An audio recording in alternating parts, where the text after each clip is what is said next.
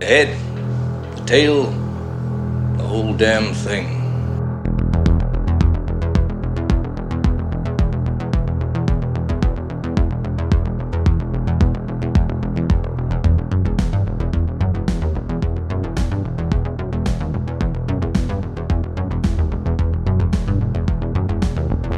Welcome to The Head, the Tail, the Whole Damn Thing with industry professionals Mike D. McCarty and James Knight. Tonight, we take a look at The Host and Godzilla Minus One with a special guest, Dana Gould. I'm your favorite announcer, Tyler Patton, and I'm back in the saddle again. Here, let's drop in and see what the boys are up to.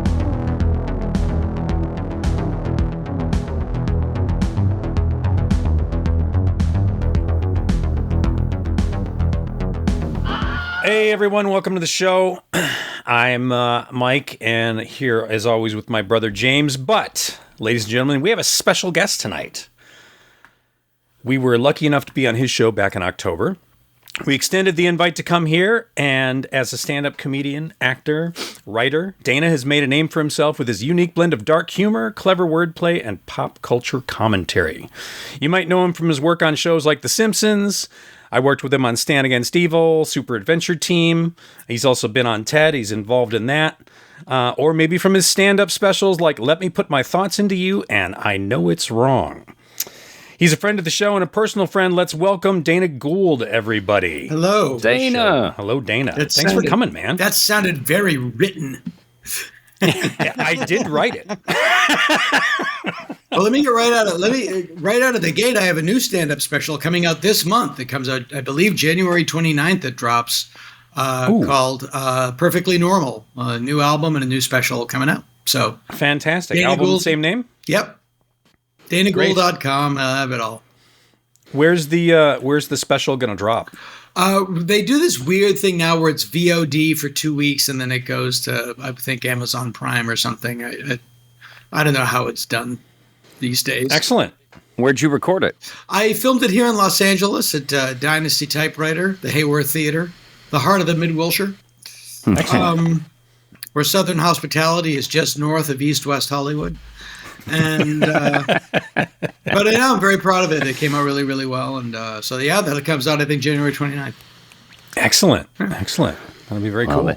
That should be right after this episode actually drops. So. Yeah. Totally. When you work an hour a night, you better be good. Polish it up. Yeah.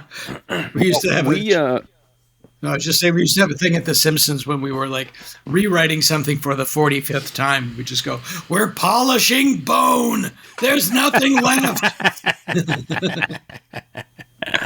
We've sanded it down as far as it can go. Right. All right, I'll shut up now. You can get going. Well, no, we talked to you a while back when we were on your October episode. Yeah. About doing a double feature and coming on to our show. And shortly thereafter, we proposed this pair of movies. Mike, why don't you tell us what we're going to dive into today? Ladies and gentlemen, here's another written piece by me. All that means is you care. Yeah. Mm-hmm. Yeah. 2006 is The Host, directed by Bong Joon-ho, is a Korean film about family. Meet the Park family, a quirky, dysfunctional bunch who run a small snack bar near the Han River in Seoul, South Korea. There's Gong-do, the lovable but slightly dim-witted patriarch. Nam-il, Gang-doo's brother, a cynical and unemployed alcoholic grad student. Nam-ju, Gang-doo's sister, an Olympic archer who just needs to let go. And Hyun-so, Gong-doo's daughter, a plucky and resourceful, good-natured kid. Now add a giant amphibian mutant squidfish born out of the polluted Han River, throw in a dash of government incompetence and corruption, season it with chaotic family dynamics, and shake viciously. What you get is a wildly entertaining ride that's equal parts horror, comedy, and social commentary. James, what did you think of The Host? Well, you threw me at 2006 because at first I thought we were talking about 2013's The Host. Oh. Saoirse Ronan. You know the one written by Stephanie Meyer, who brought Twilight to us? Sure. Is that what you watched? I had to flip through it. What does this have in common with the other film? What does this have to do with Godzilla Minus One? The host, and this episode, I think we are destined to slaughter a lot of names. So apologies ahead of time. I think you did pretty well there going through our list of characters.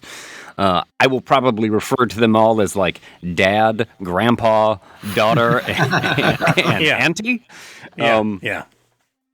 But yeah, this is an interesting movie. You know, this one really sort of puts Bong Joon-ho on the map as far as being a director. He would, of course, go on to do Snowpiercer and then win the Academy Award for Parasite. A few years I was really sad to find out was not the 1983 Demi Moore movie in 3D with the Parasite.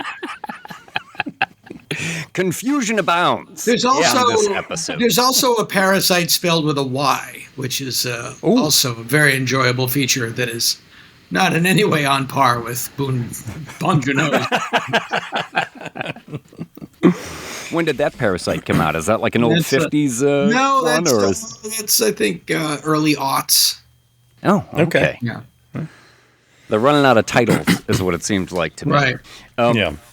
Now this one is quite a ride. For me, right out of the gate, I will say that the monster in this movie is almost a perfect metaphor for the movie itself, because the monster is like a mashup of tadpole and catfish and lizard with prehensile tail and frog tongue.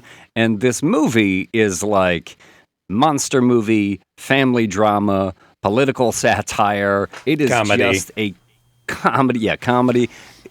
Crazy mashup of all of those things in one. And it doesn't always succeed for me. I'm gonna be honest. It doesn't always work for me. It's an enjoyable ride, but I watched it a couple times I had seen it back in 2006 when it came out, and I watched it a couple times again, and not all of it lands for me, but we can sort of go through it a little bit more step by step and talk about, what we like, what's good, what's bad, what's confusing, and what's incredible. Definitely. One interesting thing I did learn, though. So, first scene of the movie, you've got an American mortician, looks like he's at some sort of military base, who convinces the other guy working there to dump a bunch of formaldehyde down the sink. For apparently very silly reasons, like it's dusty or something, is what he says. Yeah, that was character actor Scott Wilson, who was in Walking Dead. He's awesome. He does a great job at playing that sort of like, sort of almost benign, yet ill-fated or ill-intentioned dude. Like in Walking Dead, right? He's like, we're not killing the zombies. We're just locking them all up in the barn and waiting for them to get better. It's like, he's a bad fucking idea, dude. Yeah. And he's the same in this. He has that sort of like, no, we would just pour it in the river. It's a broad river. Let's be broad-minded about this. But what I found out is that that's based on a true story. It's based on a true story, Back in, I think it was like 1980, or maybe 1990, could have that mixed up. But there was an American mortician working on a military base who dumped a ton of formaldehyde into the water. Wow, that's nutty. Yeah, it created a lot of anti-American sentiment in South Korea at the time. It was like a big scandal and a big story back then. So right off the bat, I think Bong Joon-ho is he's not afraid to take elements right from the headlines or from history and sort of start making story out of them. So I thought that was kind of a interesting little tidbit as I looked further into this movie. But Dana, you're our guest today. What are your thoughts about the host? I love the host. I actually I think I got more out of it than you did. It sounds like, and I probably liked it for the reasons that you liked it less. Yeah, I was fascinated that was, I believe that there's a documentary made about the pollution that inspired it called "The Devil We Know." And the other thing, and I did not know this, the other thing that influenced, I'm gonna massacre his name. Is it Boon John Ho? Is that what we're calling him? Yeah, sounds good. Was M. Night Shyamalan's Signs, which he cited as an influence because he said that it told the story of an alien invasion through the eyes of a family, just subjectively through the eyes of this family. And it was really how the effects of the alien invasion influenced this family. And then he married that to this idea that he had since he was a kid, which was, what if the Han River had a Loch Ness monster? Okay. So all those three things came together. Yeah, I'm a big fan of genres, blending genres. All the things that we worked on, Mike, were both of those genre blending. Yeah, absolutely. It's why it's why I give my agents a migraine all the time. It's always, well, it is a family comedy, but it's based in supernatural. Yeah. It's a good movie, ER. Just make ER again. So I did like that, and but I do agree that it bumps a lot of times, but there's so much artistry in it, especially in his use of music, how it's not stereotypical horror film music, and he does play a lot of big comedic beats, and that the hero is a real loser, a dipshit. Yeah, a bumbler. Yeah, he's such a dipshit, real loser, which I thought was really bold. Sure. And just I love just weird random, the fact that his sister, just the fact that she's a professional archer, it's just it does come. Of course, it does come back, but I just thought that's random. Yeah. I guess there are people that are archers. Why shouldn't they be in the movie? Yeah. Well, it's like I'm sure that it is. Probably people in South Korea didn't actually bat an eye to her being an archer. I just think about that last Olympics we had when you saw like the pistol shooting competition that Turkish guy made all the waves in. He's just got like his hand in his pocket and he looks like just some like 49-year-old guy they got off the couch. And then you had like the South Korean team that had like a laser optic eyepiece and was contorting themselves into position with a pistol and stuff. I think there's probably a market for some of those kinds of sports in South Korea. Yeah, but the family is. Oh, I'm sorry. I was just going to say the thing that I liked about it is that the family is there to do more than just move the plot forward. They're real people and they have a real dynamic, and that's not always the case, especially in genre films. That's why I really like 28 Days Later, same thing, that they're fully fleshed out characters. And they're not just the cynic, et cetera, et cetera.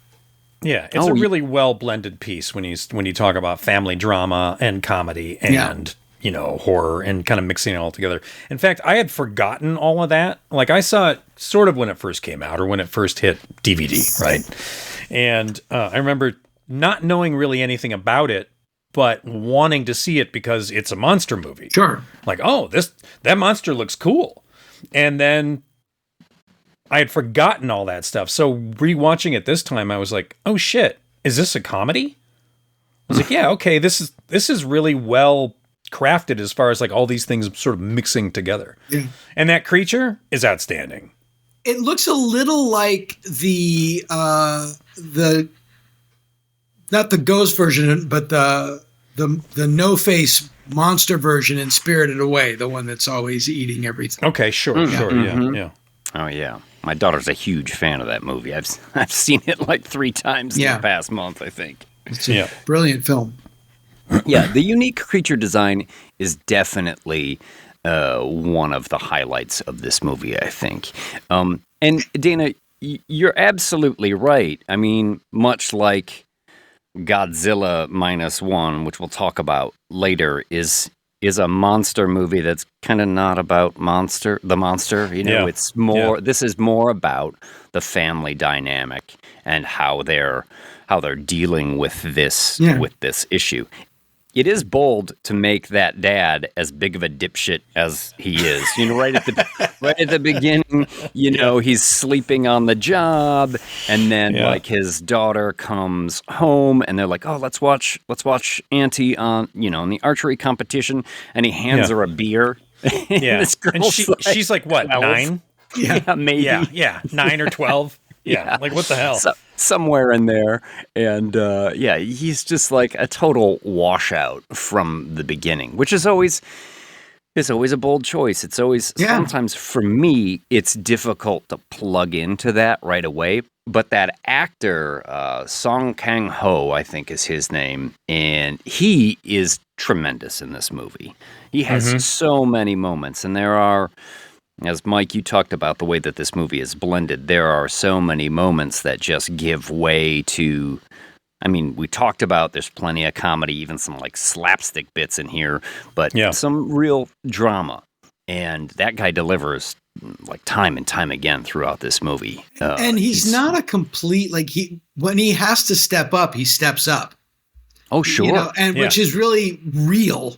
And it makes you like him all the more. But it, like, you know, if they were going to make this movie in America, it would be Jack Black would be that guy, you know, and it would be like, totally. Yeah. He's not the hero. Yeah, he is. He's kind of a screw up.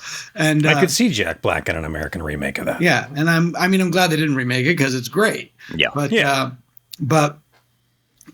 it is a bold choice in that the scene, I don't want to jump ahead, but after the first attack, the scene of the family at the wall, the victim wall. Oh, yes. In the gymnasium. Yeah. Yeah, when the girl has been alcoholic taken. brother comes up and sort of has a fit. Yeah, and then they start fighting.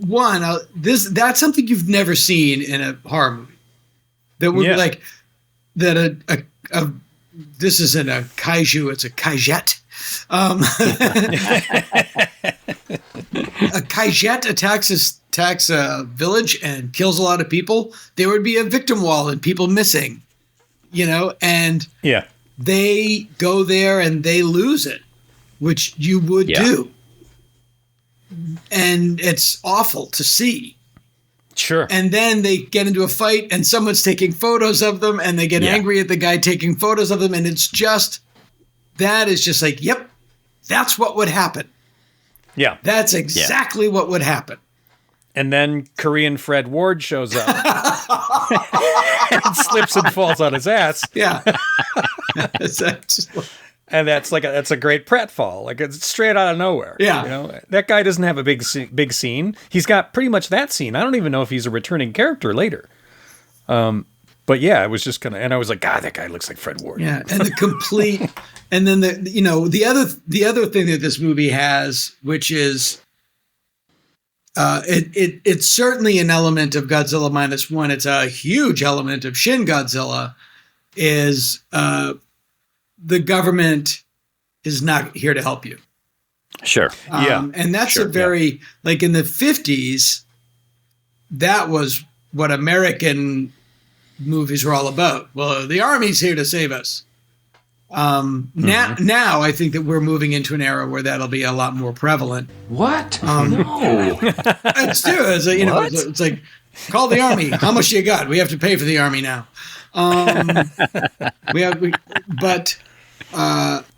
That is a huge element of Shin Godzilla and even in Godzilla Minus One. And in this movie too, it's like, well, you know, the government's they're there. They make up a fake virus. You know, they're just effing things up from the gate.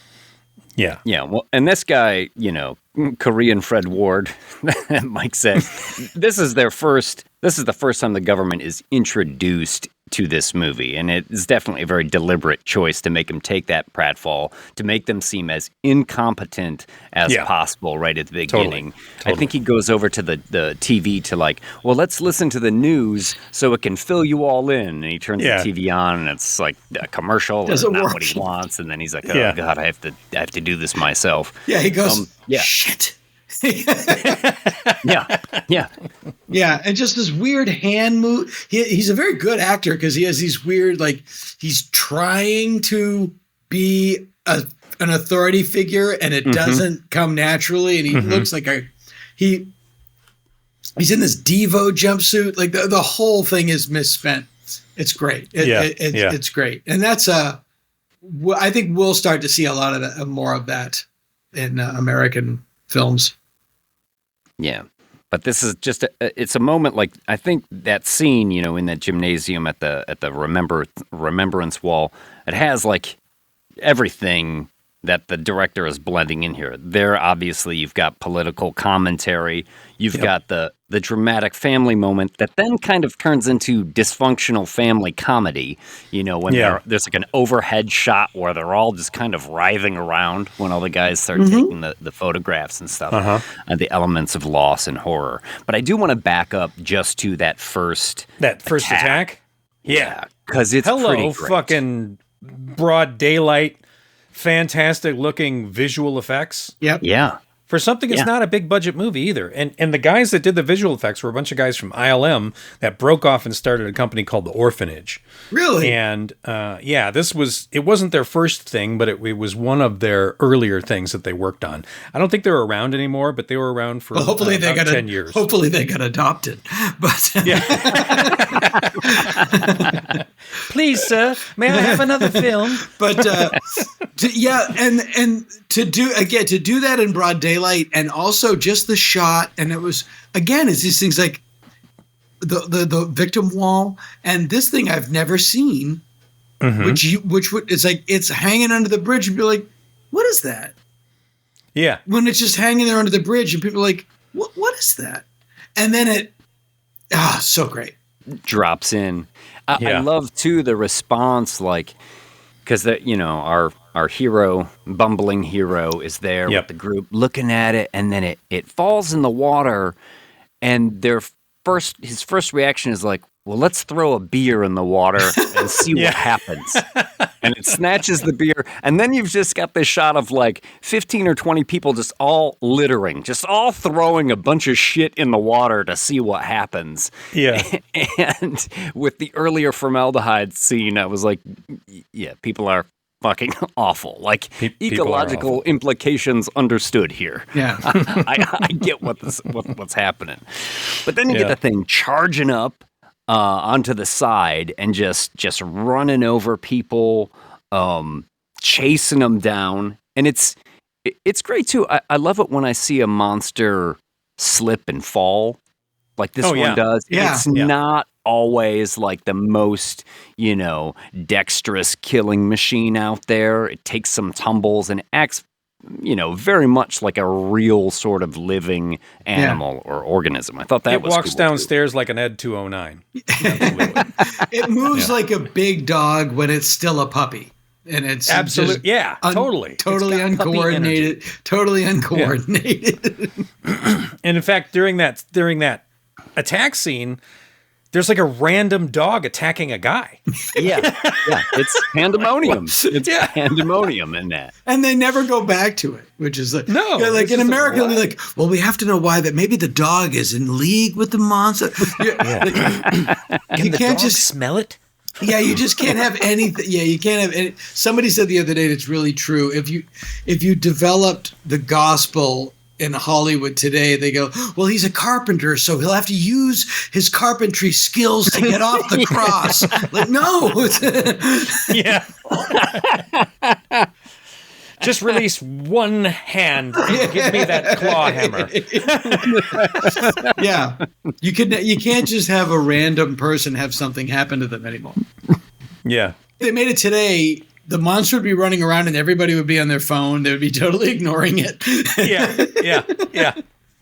That would be hilarious, actually. Everyone just head down. Yeah, exactly. No one cares. You get it running into that. I don't know if they're like trailers, essentially. Yeah, that weird shack trailer full thing, of people that are caught in there, and then the doors are locked, but they're opening up, and everybody's stretching their arms out, getting all bloodied in there as it moves around, and again, like you said, Dana, he's a dipshit, but he is heroic in this movie, and he's one of the only two people who actually step up to try and harm this thing or chase it off. Yeah. As he picks up a sign that says no bugling. Did you notice that? He gets a sign and it's got a picture of a trumpet with please no brass instruments. Another one of life's simple pleasures spoiled by a meddling bureaucracy. Please no reveille. I don't. Yeah, that was one thing I was like, maybe that's a cultural reference I'm not understanding. Yeah, I think there's probably a lot of things culturally that probably fall flat on us. But yeah, but the American is the other person that wants to stand up and fight. Yeah, wants to throw a rock at it. Yeah, not just a rock. He peels up like a cement tile from the floor. Yeah, or from the ground. Yeah, that guy was great because he did try. I mean, he did try. He did try to go. And I love that the father he grabs the sign, but it's too heavy. Yeah, that was a very real moment. I'll use this. Oh fuck, this thing's heavy. Yeah. That's very, very. There's a lot of Spielberg-y touches in this movie. Sure. Grab the sign, but the sign's too heavy. There's always an obstacle to everything. Mm-hmm. And then they kind of chase it off, and you get that. And what I thought was a really, great moment of getting his daughter's hand, and running away, and then they kind of trips and falls, and grabs her hand again, only to realize that he's grabbed the wrong girl. And you just see the monster coming behind his daughter before it just snatches her away and jumps in the water. Terrific stuff. That whole sequence, you're right, in the broad daylight rampage is pretty great. No one, except for Godzilla Minus One, also sort of does that. But again, these are two films that the visual effects are just superb. And I think maybe there's one bit towards the end where there's some practical stuff, but everything in this movie is digital. And it just really works well, Normally, especially for the time frame, that kind of digital back then was generally garbage. Yeah, it's really good. Yeah. There are some times when you can see it's a little flat, but for the most part, it's great for that era. And so much stuff. So much of that early CG stuff now is unwatchable. It's just because it's too much. Extremely watchable. Yeah. This one, it never takes you out. It never takes you out of watching the picture or enjoying it. No, not at all. Nowadays, it's just so done so overmuch. It's an assault on the senses. Yeah, it's just because you can do everything doesn't mean that's a good idea. The Avengers movies, I have a hard time with the Avengers movies because it's agree, 100%. Every shot is, but there's some great directorial. Send your hate mail to Dana Gould. All I'm saying is that people who like comic books are nerds. That's all I'm saying. I could easily beat them in a fight. I could beat them in a fight with my own hands. But there are great directorial flushes I love this moment. It's right at the top. And it's really when this guy's clever. This guy knows what he's doing. Where the people run into the trailer for safety. And they lock the woman out. And the woman bangs Yeah. on the door and they don't let her in. So she runs. And then the monster goes into the trailer and they're all trapped. That was a beautiful idea. That was great. That is comic genius. Yeah, that was really in the great. horror realm. Yeah, that was really great. That was really well done. Yeah. And so after this, we have the scene at the morning wall where our government comes in and says, all right, everybody is going to be if you've touched the monster or came in contact with it, you've got to be quarantined. And I have to say, it's interesting always watching a movie that deals with quarantine that was done before the pandemic. Right. Sure. Because now you watch it and you're like, nah, it'd be a little bit more stringent than that. They're being a little lax with the quarantine. Yeah. I think. But that was also, that's a very American attitude towards a quarantine, where over there it's a little more authoritarian. Mm-hmm. People, over there it's authoritarian. I was in China during SARS, so I saw some of this. Oh, okay. That must have been interesting. Scary is the word I would use. Sure. Sure. But I didn't see a lot of this. But in this movie, it's authoritarian but inept. Where in China, it's just authoritarian. And if you think it's inept, shut up. Sure. Of all the problems that I have with this movie, and most of them are kind of minor, just like I like the blending of the elements, but they don't always stick the landing for me. No, they don't. You are correct. But it's specifically, though, the virus that I have the biggest question about. We can sort of skip ahead, I guess, and talk about the fact that, like, later on, they kind of admit that there is no virus. Yeah. And yet they've gone through all of this stuff about the quarantine, and the name of the movie is The Host. It's not called like Mutated Tadpole Monster or anything. Yeah. Like, well, that might have been its Korean name. Yeah, might have been. but the connection that I would make is that it's the host of a virus, because the virus takes up so much sort of like screen time. Yeah. And I don't necessarily understand, and maybe this is a dumb question, but I don't understand why.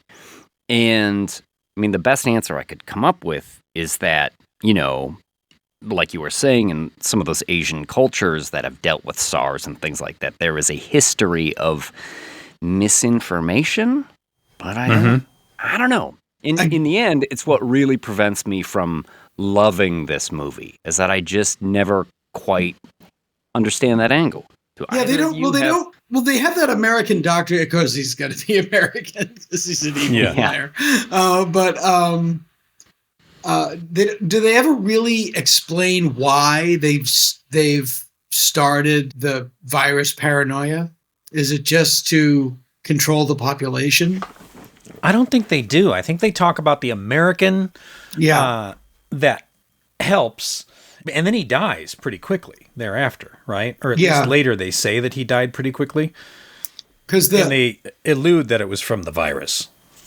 Because, the Shin Godzilla, which we're not talking about, is basically a parody of the Japanese government's response to the Fukushima nuclear disaster. Yes. And then it gets so bound up in protocol that it couldn't respond. And,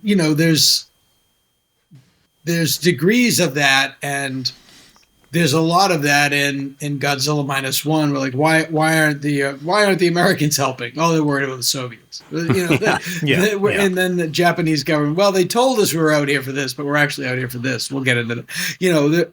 The theme of these movies, and I think it's an element of early 21st century cinema, is that no government is competent.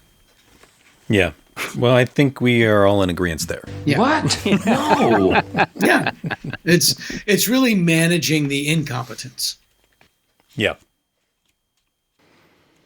Yeah, because we get that scene with the American doctor where he kind of explains, like, hey, this is top secret, like, but there's been no virus found. And then he's That's a great scene. Yeah. I love that scene. It's a wonderful and he's pissed, scene. and the father is pissed. He's like, they think he's asleep, and he's like, what? And they also don't know that he speaks English. Yeah, exactly. They all speak English.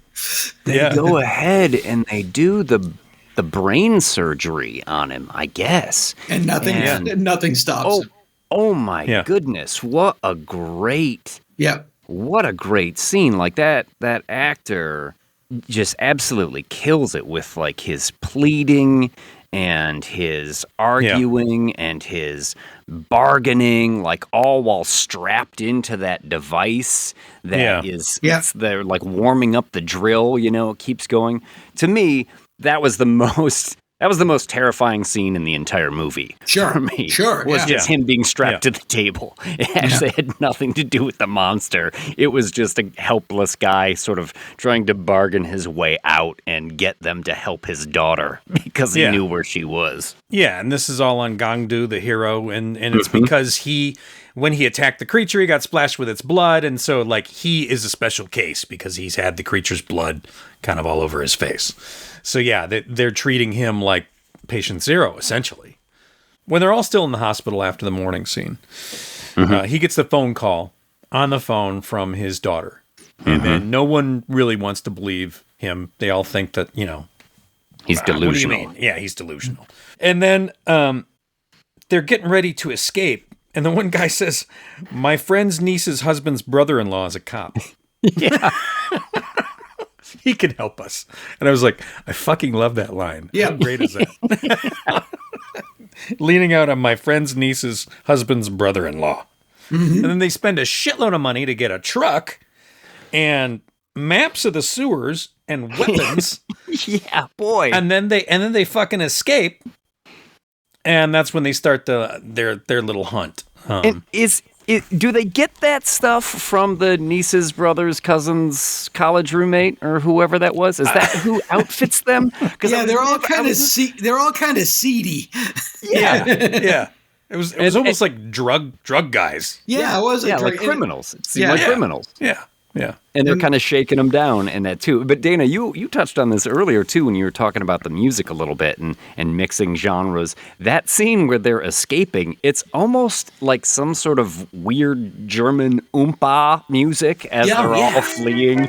It's such a comedic like little tune going on in the background as they're running through the halls and into the parking lot and where did I just say we were going? And hop in the van, and where's your sister? And everything's going sort of nutty. I have written in my notes, fun comedy escape. And it's good, but also it's like it lets the air out of, missing kid, father in agony. That's a lot. That's you have to have that on your chest. Gives you a little, father knows she's alive, so there's hope, and then you get a little fun in there. And there's a great line of dialogue when they're watching the story on the news, and the oldest brother or whatever the brother comes in that loses his crap, goes, "How come there's nothing about me?" And the sister goes, "There's nothing special about you." Yeah, that's right. That's Bae Doona, who is also in the show Sense8. Sense8. She's so great. She's so great. Then they check. They go into the sewers right after that. Yep. They just do like some random checking in the sewers for a little while, and then we meet a couple of new characters right after that. We meet the little boy and his older brother, who are the thieves. I guess who are stealing the food. They're actually, since I watched this a second time just today, they're actually right in the beginning too.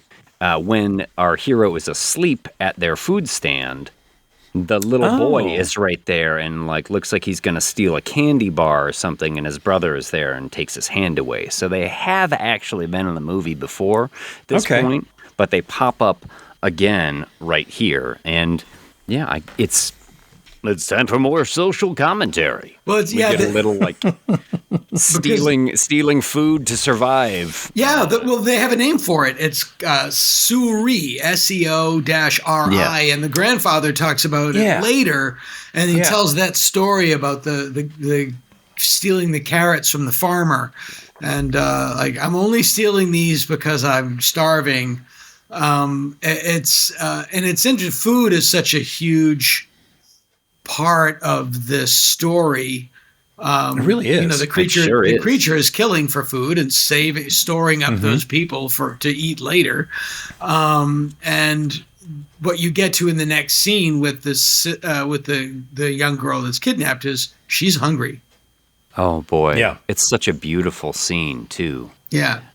Where they're all it's the whole family and they're in the I don't want to call it a food truck, but the it's shop. It's a food truck basically. You're right. And they're all eating, and then the girl just kind of like pops up in the middle of them, and they feed her. Yeah, really weird, strange scene, but kind of wonderful. But then really makes you want ramen.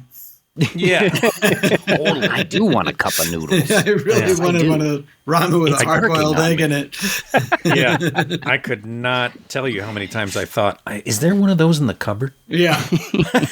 Yeah, it really makes you want ramen. But you get that scene, and then it cuts back to her, of course, still captive in the sewers, and she's been having this daydream about eating. And like you said, Dana, she's just hungry.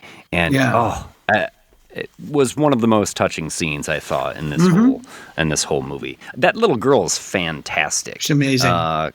Ko Ah-song was her name, and she's grown up now. This movie was made in 2006 and still continues to work. She's in a lot of Korean movies still, but I thought she was a fantastic little actress. Terrific, yeah. Terrific. And also, you know, that comes out in Bong Joon-ho's other film, Okja, is all about food. I've never seen that. It's good? Well, do you like crying? Oh, I love it. I will put it on my list of fun holiday watches. Yeah. Hope you like crying. Yeah. Yeah, shortly then after, we also have another great scene, which is where the grandfather explains to the siblings, like, hey, stop making fun of your older brother. Like, you know, when he was a little kid, he was smart. People were asking, you know, directions all the time, but he never got enough to eat. And it was just this, I thought it was a really sort of touching moment, which always triggers a little bit of a red flag for me whenever I see somebody have that in a movie or a TV show. When they, you know, the camera slowly zooms in and they get that killer monologue, you know, it's right to the heart. And then, of course, next scene, you're gonna die soon, right? It's Phoebe Cates talking about her father in the chimney in Gremlins. Absolutely. Yeah, slow push in on Phoebe Cates talking about smelling her dad's corpse in the chimney. Oh, that was how I learned for sure that there was no Santa Claus. Oh no! Oh really? Was that movie? Yeah. So, I mean, Fantastic. I knew already, but I was in third grade when Gremlins came out, and I went to see it by myself in the movie theater. I'm a lot older than you. And that monologue came on, and I knew, in my heart I knew, but I had never heard anyone confirm it until that monologue, and I was like, oh, fuck. I'm surprised you didn't believe in Santa Claus when I introduced you to Satan when you were 5 by making you watch The Omen. I saw it on a date. Gremlins? Yeah. Nice. I was not on a date, but I was probably by myself. Yeah. I was already up and functional. Hell yeah. Cheers to that. Yeah. I loved it too. I love Gremlins. Gremlins is great. Yeah. Terrific movie. But that's for a different podcast. Yes. Yeah. Shit's about to go down though in the host. Right. We're gonna have they've got guns. They do that whole scene where they're shooting at this thing long range with shotguns, which not great. Never the smartest, Not a great idea. But you know what? They're not a paramilitary unit. They're just some family trying to keep it together.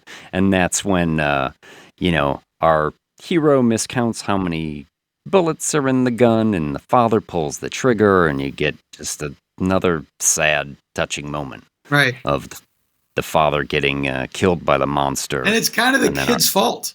It's kind of the father's fault. Yeah. Yeah. Absolutely. In the movie, you actually see, like, the father has got the thing at close range. He pulls the trigger, and it just goes click. And then you see our hero, I guess, count on his fingers again. Yeah. He knows Like he how many fucked up. He bullets- knows he fucked Yeah. up. It's like, Like he knows shit. he fucking blew Yes, it. exactly. Shit. This is when he gets captured once again, and we'll go in for the brain surgery scene is shortly after that. Yeah. But I'm really, from a writing perspective, what I do admire about this movie is you're telling two stories. Sure. You've got the little girl in the sewers, and then you've got the family's attempts to get her. And the family's attempts to get her is really where the movie is, because it's the only sequences that are really kinetic, and the other ones are very quiet. It's just, hungry kids that are afraid.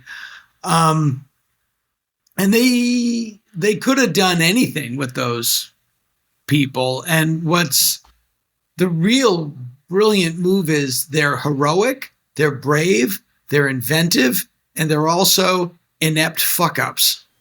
Yeah. Which makes them human. Exactly. Totally. I don't want to jump ahead, but there's a scene at the very end where it's like, and this is the coup. Nope.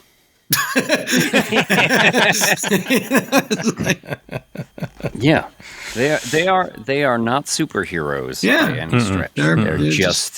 They're just a family trying to. I mean, the sister is a bronze medal level archer, so they got that going for them. Which is nice. Yeah. Everybody else is lacking in some way. Exactly. They're doing the best they can, and I couldn't help think of the story that's been in the news about that woman from Hawaii that went missing. Yeah. And her father, she landed in LA, didn't make her connection. Nobody knew where she went. The father came to LA to look for her for a week. He couldn't find her. He ended up killing himself at LAX. Oh my God, I her. did not hear about this at all. This is terrible. And then they found the woman just showed up like last week. And all the news stories about her like coming up, they don't really mention, your father couldn't find you and he killed himself. Yeah.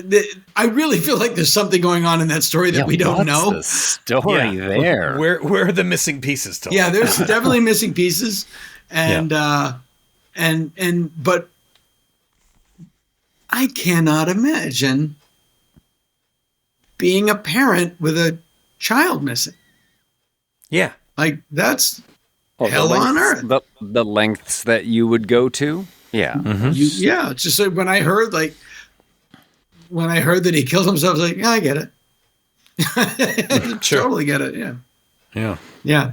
Yeah. After a week of searching, though, I mean, that seems a little premature.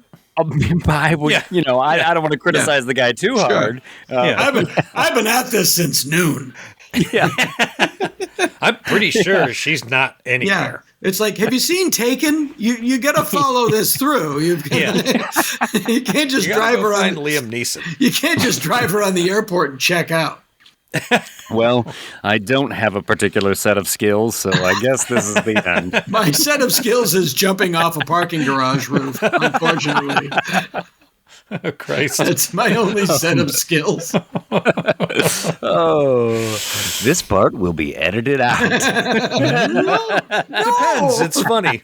It's what I do. It's not the... It's not the fall that killed him. It was the sudden stop at the end, and he didn't stick the landing. Yeah. Oh, he stuck the landing, all right. Oh, my Speaking God. of jumping off bridges, yeah. we have someone who's about to do it in this movie. That's right. As our brother uses an old contact to trace the call and get a more precise location of where our little girl made her late night phone call. Of course, he's almost betrayed or he is betrayed. He's almost caught, and there's a good little chase scene through an office building there before he Oh yeah, I forgot dangles about off a bridge and falls a story or two and manages to survive and wake up the next morning next to a vagrant, just like Right. Yeah, some bum that he spent the night with. that was a weird scene. Yeah, and what is that? Doesn't that bum like smash him in the head with a bottle? Yeah. Yeah, Yeah, with an empty soju bottle. Yeah. This is where the movie gets a little loosey goosey with the time. Yeah. And, I do not want to, look at it too hard here, but like the family's kind of split up, and there's a lot of things happening at once. But like, by the time they all get together, the dad will have had brain surgery. The sister will have been knocked out and spent like a night in a trench in the sewers. Yeah. The brother will have spent a night with a bum and then made a bunch of Molotov cocktails. In the back of a taxi cab, as you do. Does Uber allow that? You have to pay for like an Uber X or a Black to do that. I think it's okay with Lyft, actually. Lyft is a little bit more lenient. Yeah. But it's also, but the unspoken thing is, and who's not helping them? Right. Police, the military. Yes. Yeah. Yes. They're on their own. Absolutely.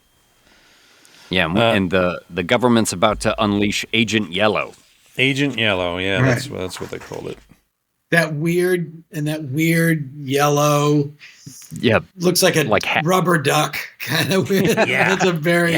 That's a very Tim Burton-y kind of touch. Yeah, the big inflatable. Yeah, So weird.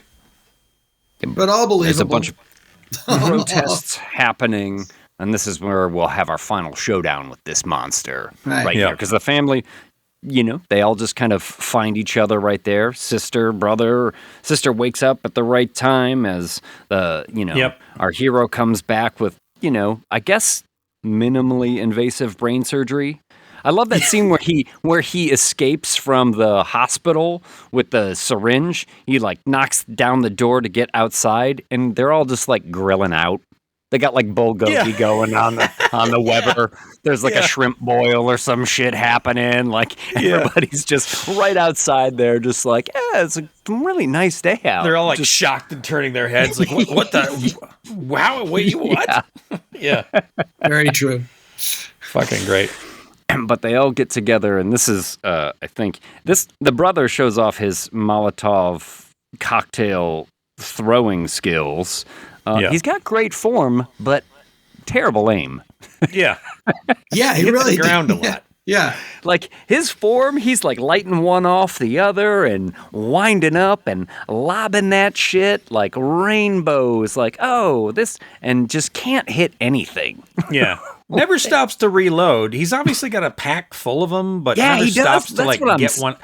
It's I'm just saying. continually another one in the hand, another Yeah. one in the hand. Yeah. He never learns to throw just in front of the No. creature to interest.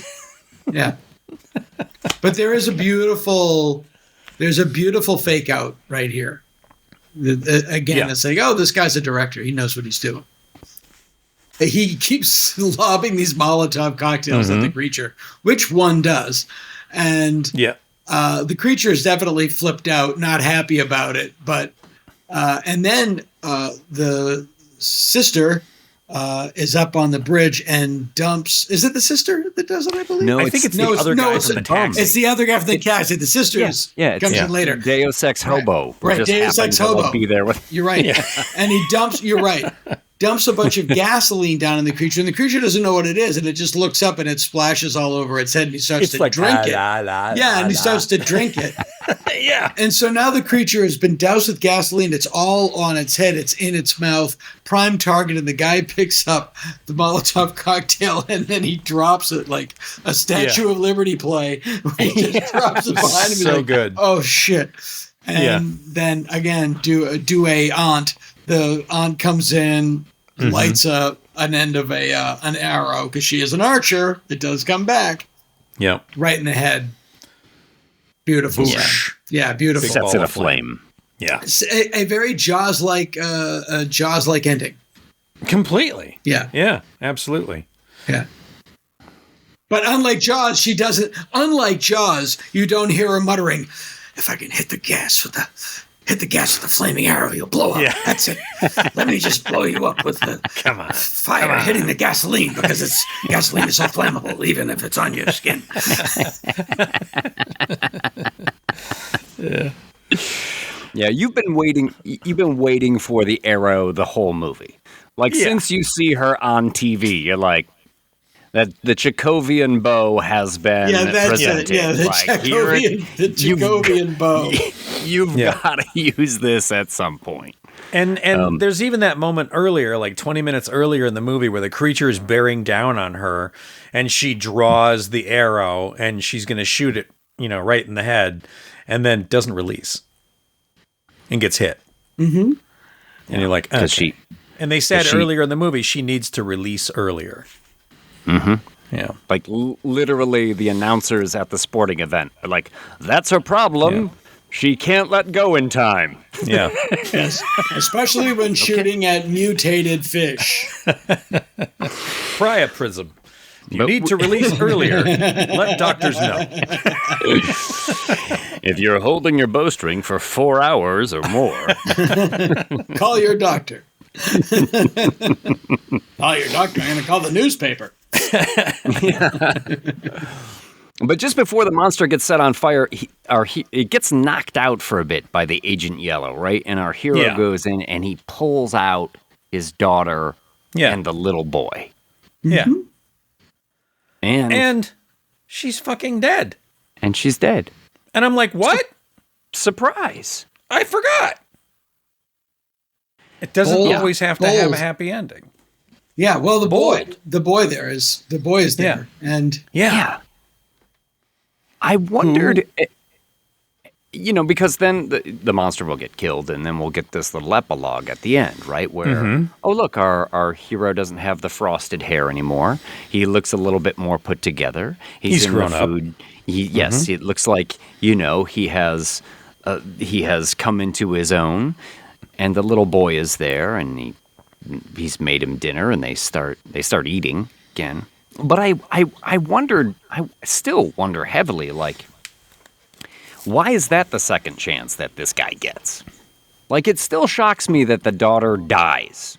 Yeah. Like, and maybe I'm being sensitive because I have a daughter who's about the same age as the one in this movie. But I'm like, after all of that, I'm not sure what purpose the little boy really serves in this movie other than this, and I don't know why this was even necessary. Like, did the girl have to die? I don't know. It bothers me about this movie. But I could argue that having the girl... Like, if Steven Spielberg directed this movie, that girl would not die. Sure. Of course. Yes. So there is an element of, no, nothing's free, and that the little boy is sort of a consolation prize. But the message is, no, everything isn't great. You dump stuff into the river that you're not supposed to dump stuff into the river. It has real world consequences, and they're painful. Yeah. And you look at, well, thank God, since then we've become so much more environmentally aware. It's that's what's gonna happen. It's like, bad stuff is gonna happen. Yeah. It is a more realistic ending for sure. And the movie does sort of have a thread of realism running through it, with the heroes not quite being heroes. And well, again, the other movie in this episode absolutely toes the Spielbergian line. Oh yes, with people you think are dead. Sure, and we'll get to that. And I have issues with that as well. What I can't put my finger on really is that, like, I have no problem with the down ending, and if the girl dies, like, I think that's a bold choice. I just don't know why this guy gets a consolation prize after all. Like, that seemed to be much like the monster itself, neither fish nor fowl to me. I was like, this is... I think he gets a... Why give him the redemption. consolation prize? I don't think it's a consolation prize so much as it is an opportunity to redeem himself. He has a chance of redemption. Sure. That gives him a reason to keep going. And he has taken it too. Like, he's obviously in much better shape at the end of this movie than he was when he's, passed out in the food truck, the first scene that we see him. Yeah. Now, here's a question, and maybe we'll let Dana come up with this. Yeah, let's do it. What do we want to, because we always do a scale of 1 to 10, but it's something different every time. Friday the 13th was machetes. So what are we going to rank this movie with on a scale of 1 to 10? Oh, that's a no-brainer. It's I give it 8 cups of instant ramen. Oh, nice. All right, cups of instant ramen. Yeah. James, how many cups of instant ramen do you give the host? I'm going to be harder on this one, and I'm going to give this one 5.5 cups of instant ramen. Whoa! What? Wow. No. I will say this too, like, I loved Parasite, but I have always been slightly underwhelmed by this guy's movies. And I wish it wasn't so. Everybody always says, like, oh, they're great. And so many people I know and admire are like, oh, they're wonderful. And for some reason, they don't land on me so much. Parasite was an exception. I like this. It's funny. I like this more than Parasite. Oh, really? Yeah. Okay. Yeah. But no, I'm, We're talking about the Demi Moore movie, right? 1980. Demi Moore with a Y. With a Y. Yeah. We're on. Sure.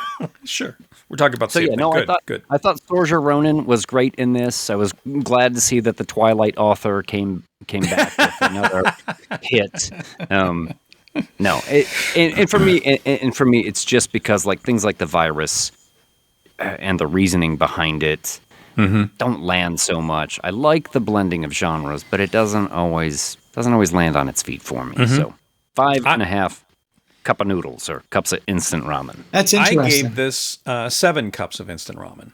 So I do think it's what you want, but I don't think it's King Fancy. So Dana's has, like, the hard-boiled egg in it. Yeah. And Mike's extra slightly shizu. smaller Pork shizu. size. Yeah. A little bit of sriracha on there. Yeah. Yeah. That's interesting. I realized as mine was in the microwave, there was a hole in the package that formed, and it kind of spilled out there. Now I got it. I think one of the reasons I liked it probably more than you is that I aggressively like genre movies that go outside the genre, that try to accomplish something else. Like, I see those films, and then other things like, Friday the 13th, they go, well, this is an entertainment. This is a number of kills, and there's nobody, this is, I love it when they try to accomplish something. What are some of your favorite mashups for, like, horror comedy? An American Werewolf in London. Oh, yes. 100%. Is flawless. Yeah. It was, it was the sort of the template that I used when I created Stand Against Evil, which was, this is a horror show, but it's also funny. And the reason it's funny is because the human beings in the show don't know that they're in a horror show. Yes. And so they behave normally. By and large, they behave normally and a little archly. But the supernatural things are played straight as a heart attack. They're not funny. They're not goofy. They're not uncoordinated. And that was the same in American Werewolf in London. And that was like, this is how you do this. And then What We Do in the Shadows came out and proved that I had no idea what I was talking about. You can absolutely do it the other way, and then you just have to happen to be brilliant and smarter than I am to do it. And that worked out. We're werewolves, not swearwolves. Yes, exactly. Like, well, that's brilliant, and I suck. That's great. One of my top 5 movies. I mean, the 1972 TV movie The Night Stalker is really it's really about Watergate before Watergate. It's really about corruption and local governmental corruption. Yeah. And but I thought that was really, I love Carnival of Souls is really a story about existential loneliness. And there's a lot of all my the original Godzilla, same thing. Yeah, which I think you just recently watched as well, James. Yeah, I did. I just watched that a couple days ago. Taught the lesson that we didn't know we needed to learn: don't drop atomic weapons on people. Yeah. Who would have thought? Who'd have thunk? Who'd have thunk? Oh, and then what's a great one is that I'm curious. We can cut this. What did you guys think of The Substance? Oh, we loved it. Yeah. Yeah. Yeah. I just wish they'd taken it farther. No, I'm kidding. Yeah, we were saying that movie takes a left turn and then it floors it. It goes like pedal to the metal, right off the ramp. It takes so insane. It takes a pedal to the metal. Yeah, it takes a turn and then Thelma and Louise's. Oh, yeah, absolutely. Yeah. Let's we've mentioned Godzilla plenty of times, but let's take a little bit of a break, and then when we come back, we will talk about Godzilla Minus One. Okay. Good evening, ladies and gentlemen. We're happy to announce that we've installed Burns-O-Matic in-car heaters for your comfort and pleasure. When you receive your heater, you'll find it very easy to place in your car. Just roll down your front window and rest the heater's bracket on the window with the cylinder on the outside of the car. Roll up your window securely as far as it will go to hold the heater firmly in position. For maximum results, tilt the face of the heater towards the windshield and sit back and enjoy the show in healthful comfort. With these modern, safe, efficient in-car heaters, this drive-in theater will now remain open all year round. All right, we're back from the lobby. We're still here with Dana, and we are going to talk about Godzilla Minus One, which came out in 2024. James, did you do a little intro for Godzilla Minus One? I sure did. Godzilla Minus One, 2024, directed by Takayashi Yamazaki. Well, the Japanese have pretty much lost the war. The country is in shambles, and he's a disgrace to everyone because he acted like a coward. Surely it can't get any worse for our hero Koichi. But up from the fathomless depths comes a bellowing roar, crying, "Biro mutai kudasai." Japanese for hold my beer. That's right. It's everyone's favorite 165-foot radioactive lizard, Godzilla, or Gojira if you're nasty. Nuclear testing is taking him from local legend to national superstar, and he's here to put the kaiju kibosh on everything in his path. Fishing boats, sumimasen, and see ya. Naval destroyers, gomenasai, and goodbye. The city of Tokyo, sayonara, suckers. Despite all that, Godzilla Minus One might be a monster movie that is not really about a monster, as we see a culture struggle to rebuild not only the cities ravaged by war, but the cultural fabric of its nation, moving away from imperial ideals to modern conceptions of family, friendship, and duty to one's country. Godzilla Minus One. Mike, what'd you think?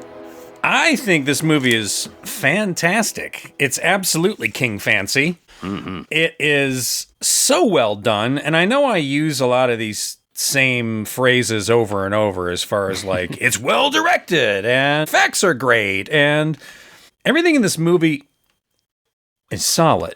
We've reviewed a lot of good movies so far. Yeah.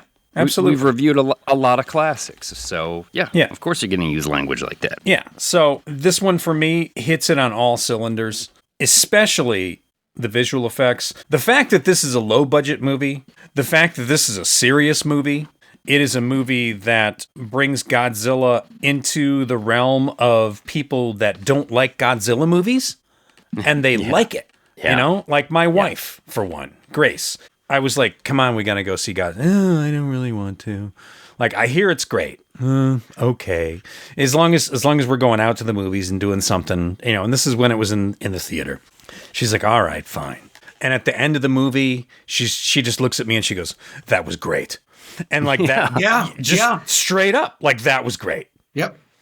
It's not a Godzilla movie like anything you've ever seen, right? If you haven't seen this movie and you haven't seen this movie because you think Godzilla is 70s and goofy, and what era was that, Dana? Was it, they call it the Showa era? Showa. Mm-hmm. Yeah. The Showa era is silly. Everything about it is just kind of silly and goofy, and nor is it the modern Universal ones, the Godzilla versus Kong and right, the millennial area. Yeah, it is not one of those movies at all either. In Very fact, different. seeing Godzilla versus Kong after seeing Godzilla Minus One, it was amazing because I think they're both fine movies. I actually enjoyed Godzilla versus Kong. It's no more ridiculous than the King Kong versus Godzilla. You know, they're both utterly ridiculous, which is great, completely enjoyable. I've found them both very enjoyable, and I don't love every Godzilla movie. You know, a lot of them are crap, but I thought it was great. But that you could do a real bubblegum, popcorn, dumb 4-quadrant family movie and a very intelligent film with the same lead character in the same year, basically. Mm-hmm. I don't think that's ever been done before. It's like if Casino Royale and Moonraker came out in the same year. Yeah. Okay. Totally.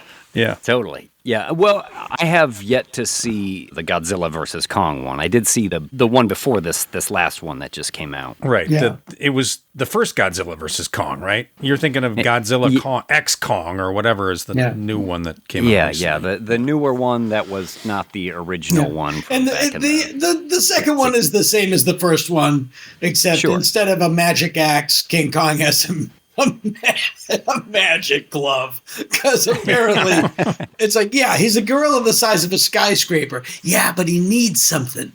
Yeah. It's like in Jaws 2 if they gave him a top hat. It's like, he needs a little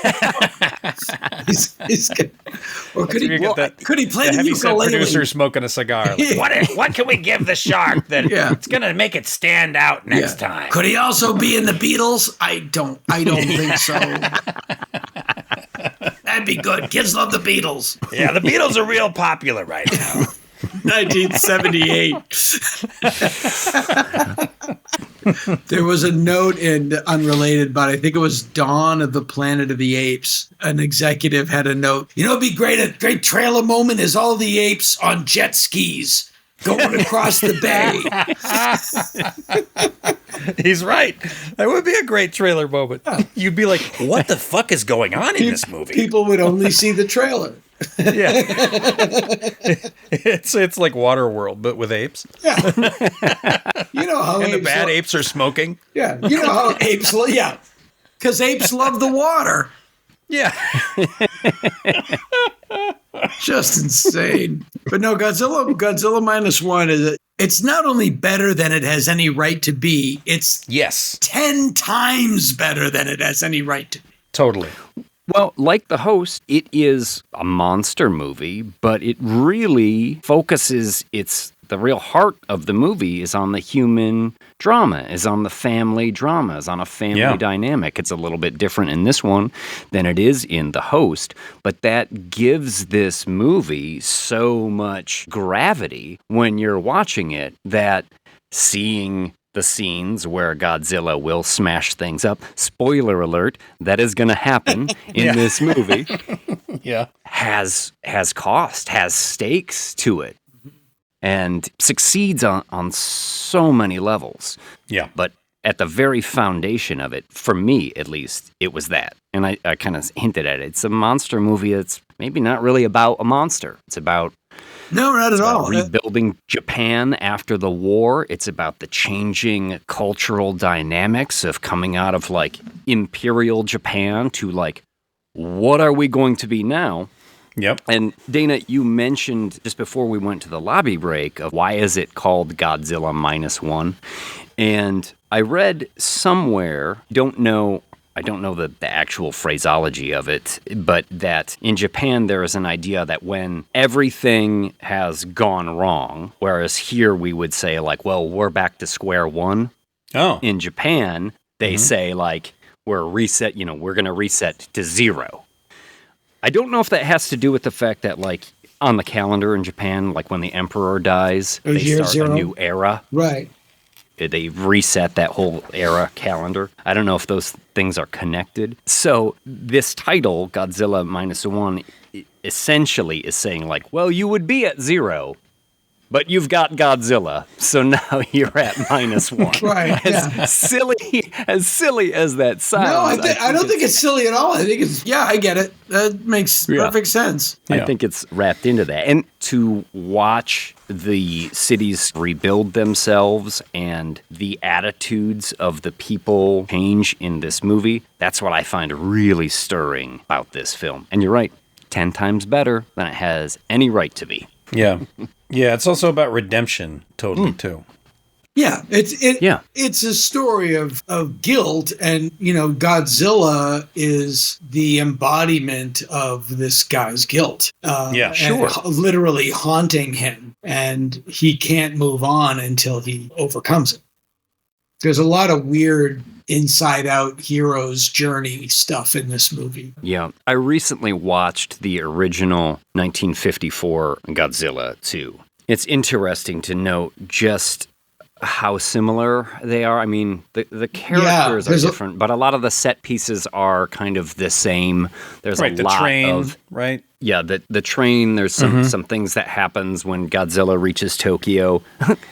Spoiler alert. Yeah, he's going to Tokyo. Godzilla is going to Tokyo. But it's interesting because, the original made in 1954, shortly after the end of World War II, and Godzilla is a big metaphor for atomic bombs and hydrogen bombs and the weapons of mass destruction that were being made at that time. Specifically, it was U.S. military nuclear testing going on the Bikini Atoll that actually irradiated like 23 Japanese fishermen. One of them died of radiation sickness. That, coupled with just coming out of end of World War II, spurred the guy to write the screenplay. And so Godzilla is this giant metaphor, right? A huge nuclear menace that can wipe out your town. Right. Yeah. It's interesting to me at Godzilla Minus One, the metaphor is already there. They don't necessarily have to push it at all. So instead, just go for the human drama, and they just focus on those people. Yeah, and it's interesting in that, to that end, the original Godzilla really is the Americans. Sure. Godzilla is the creature that sets fire to our cities. And, in Godzilla Minus One, they really do seem to be grappling with their role in World War II. Yes. They really are. Yes. Like, we brought this on ourselves. The ship captain, when he finds out their real orders, he's like, of course, this government, like, they cannot tell the truth. Like, it's really them. It's the lead character's guilt and cultural guilt. And the 54 Godzilla appears after World War II. And in this one, a slightly smaller version of Godzilla appears before the end of World War II. Yes. Sort of brought about by, like you say, the Bikini Atoll bomb testing. And that is supposedly what it then mutates into its final form. Yeah. Yeah. I have to say, we're jumping ahead, but I love that original design. And I wish that was like the 54 design? No. The Odo Island sequence of Godzilla Minus One. Oh. I love the way it moves. I love the way it looks. That bigger would have been perfect to me. Yeah. because because it moves, it looks biological. And in Godzilla, in its final form, it's very much a god. You know, it's that typical like Majin. It very much looks like a ginormous terracotta warrior. I don't Yeah. I don't have a lot on my list of what I didn't like or the bad things about this movie. But I am with you, Dana. I actually do criticize the way that he looks a little bit. Doesn't take me out of the movie, say, but I think I agree with you. Like the way that he looks in the beginning of the film is spectacular. Yeah, and I mean, this director is too a bit. I agree, and this director is too good for that to have not been intentional. This guy knew what he was doing every frame of this movie. Well, the director's also the visual effects supervisor. Yeah. So he. Oh, no kidding. Yeah, he really handled this from soup to nuts, you know, A to Z. He was there even after shooting, of course, and I'll get into it in the spoiler stuff. But he was the head of the visual effects team, so he supervised every single shot. And it was such a small team, he's able to just go person to person. It's not like it was divided between 3 different countries and 500 people. It was literally 35 people in that company that did every single one of those visual effects. Holy smokes. Yeah, it's mind-blowing. But just to move in, the first shot of that movie is telling you something. Like that's how good this guy was. Yeah. Because it's lost on American audiences. But to Japanese audiences in World War II, a plane landing without having dropped its bomb meant something. Yeah, and especially a kamikaze plane. Yeah, and so to these guys, like to we're like, oh no, the bomb's still on the plane, and they're like, oh, the bomb's still on the plane. Yeah. So right out of the gate, you know this guy is what we would call a deserter. Yeah.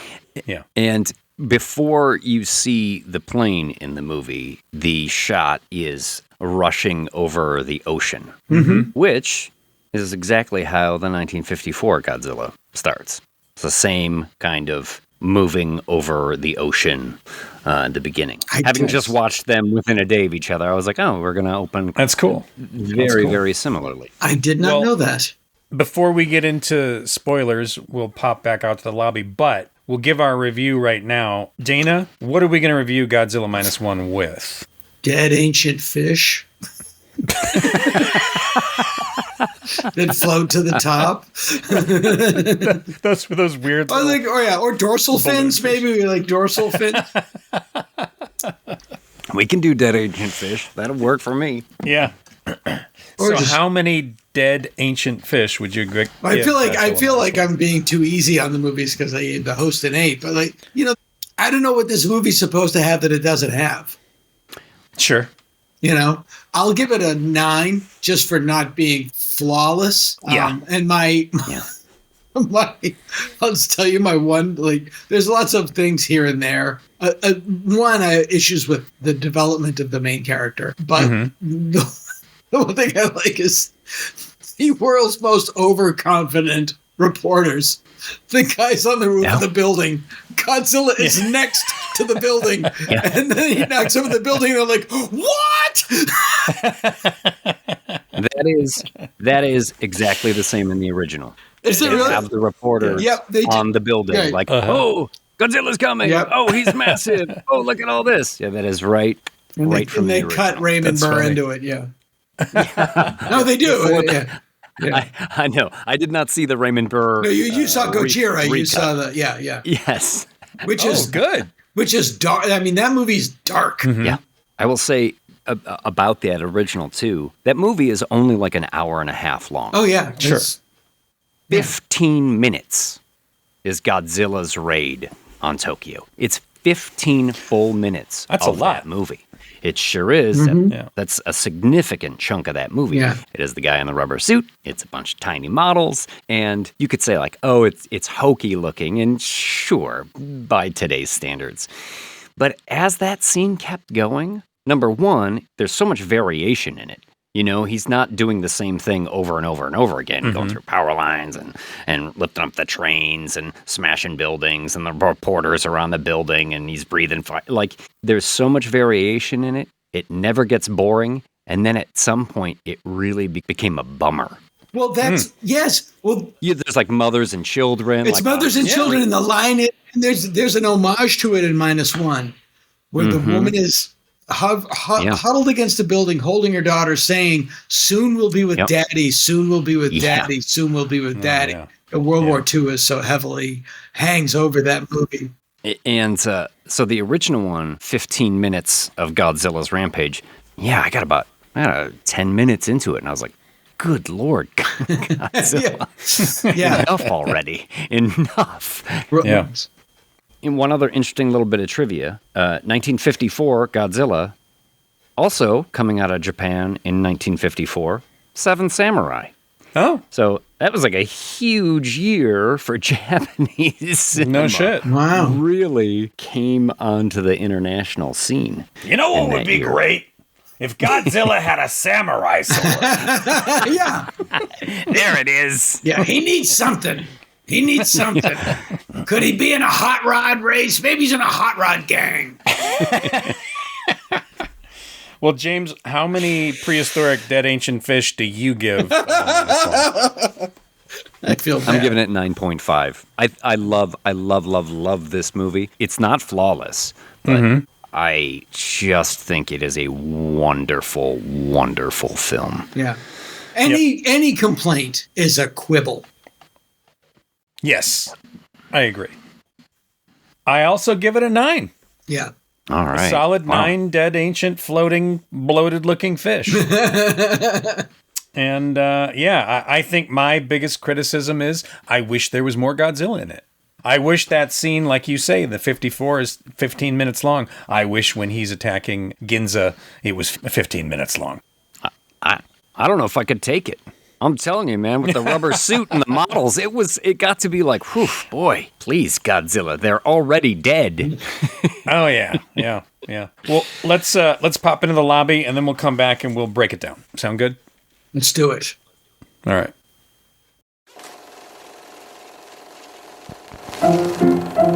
Let's all go to the lobby. Let's all go to the lobby. Let's all go to the diva to get ourselves a treat. Special things to eat.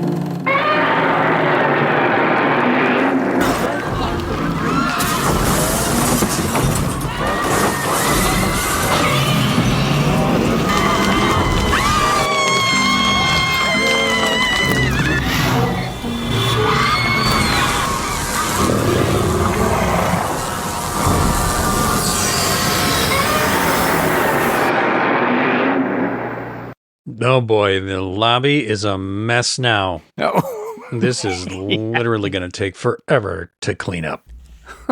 man. I hope it's not the maid's day off. And we are back once again. I need a mint. I got some radioactive breath happening right now. So anybody got like a Certs or a Tic Tac, the Winto green lifesaver, anything? Could you imagine the size of the Winto green lifesaver you'd have to like drop on Godzilla? Yeah, and in the dark, they make that little spark. You ever do Yeah, that? if you crunch it. Yeah. In the dark. I often wonder, like, after his dorsal fins, the weird effect is that before he breathes, the dorsal fins When they jut out. get erect, for a lack of a better term. Yeah. I wonder if when they're done, is he like a guy with a bad back? He's like, could you just kind of get me? Oh, no, beautiful, thank you. My fourth one is still popped up. Yeah. Could you lean on it? T4 is still up. Could you just... Tonight on King Kong Chiropractor. Exactly. Snapping them back into place. Exactly. Oh, man. Let's go through this movie because there's so much good stuff to talk about in this. Realism. Right from the get-go, the kamikaze pilot coming in for a landing. Mm-hmm. And then the mechanics all look at the plane and they're like, what gives? Yeah, this plane is fine. We went over it. It seems okay. Yeah. Yeah. Yeah. And they know. It's obvious they know. Yeah. And I was fortunate enough, Mike, obviously you know this, to visit Japan a lot when I was a kid. Yeah. I went there quite frequently. And obviously, I can't speak for a whole culture of goodness, especially one that's not my own. But I do remember a couple of times the idea, just talking with people over there, of kamikaze would come up. Most of the people I talked to really regarded that as, if not shameful these days, but something that they took no pride in. So when this movie started, and right from the get-go, they start dealing with that issue, I recognized that this movie was going to be talking about some serious things that were major shifts in the sort of cultural viewpoint and cultural fabric of Japan. So I got plugged in right away. You know, there's one guy there who's like, I wish there were more people like you, but most people consider him coward at the beginning. And then, of course, while he's on the island, Dana said we get the first iteration of Godzilla who comes up, who looks fantastic. Yeah. And his plane is there, and they're trying to get him to use the machine gun on Godzilla, and our boy freezes up again. Yep. Yeah. He's not a fighter. No, not really. No. We're introducing our hero with essentially 2 acts of cowardice in a row. Yeah. Which is a bold choice. Yeah. Yeah, it really is a bold choice, because you're with this guy for the movie, and I don't know if any American studio would no, this, he's got to have some kind of. Yeah, he absolutely, he would have had some sort of heroic moment. Yeah. But no, in this one, he barely gets there. He freezes up. He flees from his plane. The explosion knocks him out. Yeah. And then the next morning, he's up and everybody is dead except for him and the mechanic. Yeah. Who essentially reads him the riot act. Yeah. And he's fucking pissed. He is understandably pissed and does something really brutal to him on the boat. Yeah. Yeah.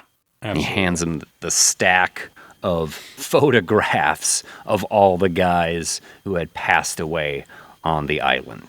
Yeah. And he keeps that shit. He holds on to it. And that drives his character. That's the weight that he carries. He literally carries it with him. He carries these photos with it. That's his guilt. His guilt is wrapped in brown paper.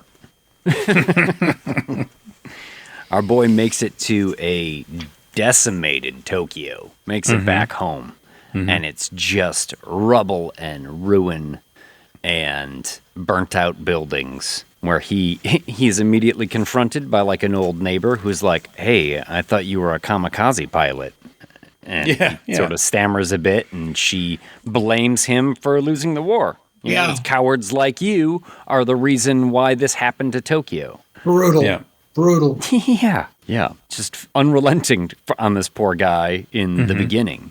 And then quickly, a baby is thrust on him. Yeah. A baby and a hot chick. Speedy delivery. Yeah. Here you go. Both of which he doesn't really want anything to do with at first. Yeah, no, it's amazing. He gets a baby and a hot chick and wants nothing to do with her. Yeah. Yeah, apparently those two actors, they're not a couple, but they've done 3 or 4 movies together in Japan already. Yeah, they're like a young acting duo. They've been in like mystery movies and maybe a romance movie, and cast in Godzilla Minus One. So they're sort of a Japanese young power couple. Yeah, okay, yeah. They're like Tom Hanks and Meg Ryan in the 90s. Yeah, there you go. They're not a couple, but they work together a lot. Yeah, absolutely. I did really enjoy her performance a lot in this as well. She gives him a little baby. He's not sure, kind of walks away from it a little bit, and then finally meets up with her, and they shack up of sorts. Yeah. Well, a shack. I mean, yeah, totally. It's like a burnt out shell of a house. And the neighbor... It reminded me of in Shogun. You saw Shogun, right? And there's a giant earthquake scene in Shogun, and it wipes out all the houses. And one of the characters says, "That's why we build our houses out of wood and paper, so that it's easy to put them back together again." And that was exactly what this was like. There's just these shacks with these almost like paper walls. And yeah, they're just, okay, easy. Let's just rebuild it. This is what we do. But it's a weird thing, and I don't know the origin of this, but there are all these houses in Japan now that are for sale for a song. Yeah, really, really cheaply. because the people in Japan don't rebuild and renovate their house. They move into a new house, and ghosts is an element of that. Uh-huh. I don't know the specificity of it, but I'm like, I'd buy That's a so great ghost haunted Japanese house for $30,000. Yeah, hell yeah. When I went to your Plan 9 show, I spoke to Ken. Yeah, that's how I know about it. My friend Ken. Yeah, Ken. He had just gotten back from Japan. Yeah, and I told him that we were talking to you about coming on the show and how we wanted to do this movie, and he goes, "I've seen that movie 9 times." I said, "Fuck, we should have you on instead, maybe." He's like, "I've seen it in color. I've seen it in black and white. I've seen it in the theater." Yeah, many of those times were with me. Excellent. Yeah. I did watch this one in black and white as well. I watched that today, and it's interesting. I think it actually loses something in black and white. Yeah. Yeah. I mean, obviously with the black and white, you get some good like lighting, some contrast just by the nature of it. But so many of the visual effects are heightened by the colors that the team uses, Sure. on Godzilla. It's got a great color things palette. like that. Seeing it in black and white is interesting, but color is, I think, definitely the way to go with. Well, that's another reason why the visual effects are so well done in this is they had a consistent color palette because one team did everything. They were able to utilize the same color palette easily from beginning to end. And again, 35 people. Yeah, 35 guys is crazy. 610 shots. That's all. When did they Only sleep? 610 shots. But if you look, if you look at the making of, there are special effects shots that you never realize are special effects shots. Like absolutely, everything is on a green screen. Everything. And those scenes of the Ginza, it's just 24 people. Yeah. And then they just reproduce them. And I mean, it's truly like, there's like a piece of a wall that they're running past, and then there's green screen, and the entire city is digital. And all the other people is digital. Crazy. When she's on the train, they built the seat and part of the wall. That's all they could afford. Yep. Yeah. Wow. Because the budget of this movie is $15 million. Which is $15 million, which is just astounding. Yeah. It's just astounding. So they're just like, okay, what can we afford? We can afford a seat. We can afford a piece of the window and a part of the wall. Boom, they build the rest digitally. It's all set extension. Holy shit. Fucking amazing. Yeah. It is amazing. The Academy Award well deserved. Absolutely. Holy smokes. Yeah. Every shot has some kind of special effect in it outside of them talking in the apartment.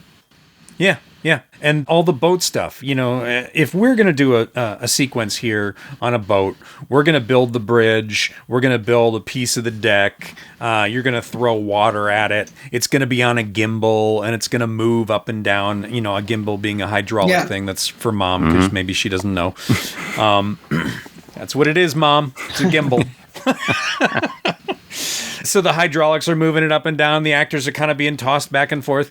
And this one, they did the old Star Trek where all the actors would lean one way and then all the actors would lean the other way. Mm-hmm. And they didn't have any gimbals. They had a solid set of a piece of a bridge and a piece of a boat deck. And that worked for every single ship and every single moment of actors on a ship. It was like this one small part. And they used camera movement to give the illusion of the rising and falling ocean. Wow. Every shot it's like Citizen Kane, and in response of like every shot has some sort of effect in it. Yeah. And again, this is a Godzilla movie that people that don't like Godzilla movies will like. Yeah. It is a story in which Godzilla is an element. Absolutely. But it is not a story about Godzilla. I'm not about to make this a comparison because it would be crazy, but like Jaws is not really a monster movie. Jaws is about those guys, their relationships, dealing with it, the stakes, the human drama, the element, the family, and the shark is, the menace out there. Yeah. Then you get to Jaws 2, and Jaws 2 they just become monster movies from then on out. You know what I mean? Then it's just a monster movie. Right. But I know you know this. The difference being, this movie knew that it wasn't a monster movie going in. Yeah. Jaws right. was a monster movie going in. Sure. It became a better shark didn't movie work. because of things out of Steven Spielberg's control. Yeah. Yeah. And if The shark is not working. if he never made another movie, when he walked by you would still have to take off your hat. Yeah. Sir? Yeah. Yeah. Oh, yeah. Yeah. That is a movie that's a perfect 10 for me. Yeah. Jaws. Oh, sure. And that's why I obviously none of us gave this movie a 10 because it's not perfect. It's not a Jaws. It's not an Alien. What? No. So we're living in ruins here, and this is one other thing I love about this movie is that as it marks time, as they go by, you watch this house that this couple that has been brought together by fate with this little girl, this house just slowly get rebuilt around them. And I really loved that as just sort of a way to show how time is passing. And we'll get a little shot of, Operation Crossroads, the Bikini Atoll, the big atomic bomb blast, and this is when Godzilla gets supercharged. They don't really spend that much time on it. You just see like a Godzilla eye after the atomic bomb blast, and I think some glowing scales or something. Right. And I think that would have been one of my, or is one of my criticisms of the movie. Like, I wish there was more of a Godzilla is born out of this, more of a link. It seemed like in past movies, that's more of a solid link than it was in this. Like, I felt like they left something out. Like, they barely gloss over it. Yeah, I just felt like they didn't. Because it's not about Godzilla, they didn't need to go in there. They were just enough to keep it plausible. It is an interesting difference from the original, though, because in the 54 Godzilla, the nuclear testing breaks through part of the ocean floor and releases some, like, prehistoric animals into the ocean. Right. Yeah. That's where Godzilla comes from. He's a direct result of the nuclear testing. In this one, Godzilla's already around. He's sort of a legendary creature off of Odo Island. That's very true and very interesting. Yeah. It was a change that I would be interested to hear what the director's take on that was. Yeah. Like why they decided to well. not birth him from the atom bomb, as it were. But yeah, shortly after we get supercharged Godzilla, our boy gets a new job, a good job, a promising job, a government-approved job. That's right. As a minesweeper. And it's a pretty great moment when he's convincing Noriko, the young woman that he's living with, like, hey, no, it's great. You know, I'll be doing this. It's dangerous, but we have a special boat that'll, they said this is a great special boat that'll help us do it. And he goes and he sees like this wooden hunk of junk sitting out in the harbor. You almost hear Mark Hamill. What a piece of junk. Yeah, totally. The moment gets turned on its head, though, when you meet the rest of the crew. You get the captain, the kid, and Doc comes out, who explains that the boat is made of wood because it won't attract the American magnetic mines that are attracted to the metal boats. Makes perfect sense. Has to be true. Yeah, it's great. You're referring, of course, to Japanese Brian May, right? Oh, that hair is magnificent, isn't it? It is, yeah. Noda, I think his name is in the movie, but they just call him Doc. That guy's amazing. He and the captain of the boat both look like anime characters that were struck by lightning and made flesh. Yeah, the Doc it looks like his clothes are just a little too big for him. Yeah. So he's got like clothes that are just a little too big and the glasses and that sweet head of hair. It's who I would have played if I was in that movie. Yeah. That's who I would have played. He's definitely disheveled scientist. Yeah. Yeah. And our boys go out to sweep mines, and there's a little like, this is how we do it. We drag the boats, we catch the mines, and then we've got to shoot them with the .30 caliber or whatever that is on the back of the boat. And this is where we find out our boy, who's been pretty much a coward, and a disgrace this whole time. He's got skills. Actually, he's good at this job. How do you shoot women and children? It's easy. You just don't lead them as much. Oh, gosh. Yeah, but it's true. This is what's interesting with this character because he's sort of taken this family in, but he has no no attraction to this woman at all. Yeah, which is odd because she's beautiful. She's beautiful, and she clearly is attached to him. Yeah. And what the premise of the story seems to be, he can't even access those feelings because he is haunted. Yeah, because by he's got guilt. PTSD. Yeah, and haunted by guilt. So haunted by his guilt. Yeah, but I can't enjoy anything. Right, but I think every guy who watches movies like, I think I can figure it out. Get your shit together, pal. Yeah. She's pretty cute. I could fake it. Yeah. Yeah. They really kind of underscore the point at one moment when he's having a nightmare where he's right back at Odo Island and Godzilla's foot comes down and he wakes up, and then you see her from like behind a curtain. She opens the curtain like, oh, what's going on? Yeah. It's almost like they really are hitting you over the head. Like, no, these two people, their relationship is not gotten to this point. Right. Yeah. But yeah, I think you're right. Every dude sees that like, what's she doing behind the curtain there, sonny boy? Yeah. Like, when is that happening? Yeah. Yeah. And all the other characters too are just like, come on, what are you? You know, Yeah. what are you doing? It's true. And there's one scene where they have dinner at the house and she says like, oh, I'm not a wife. And they're like, what? And then he says to the little girl, I told I'm not your father. And that's just like, now you're just being a dick. Yeah. Yeah. Well, And the kid says to him, you're like, that was very hurtful. Yeah. He says it to him. yeah, and bold, because you have to like this guy and you kind of don't.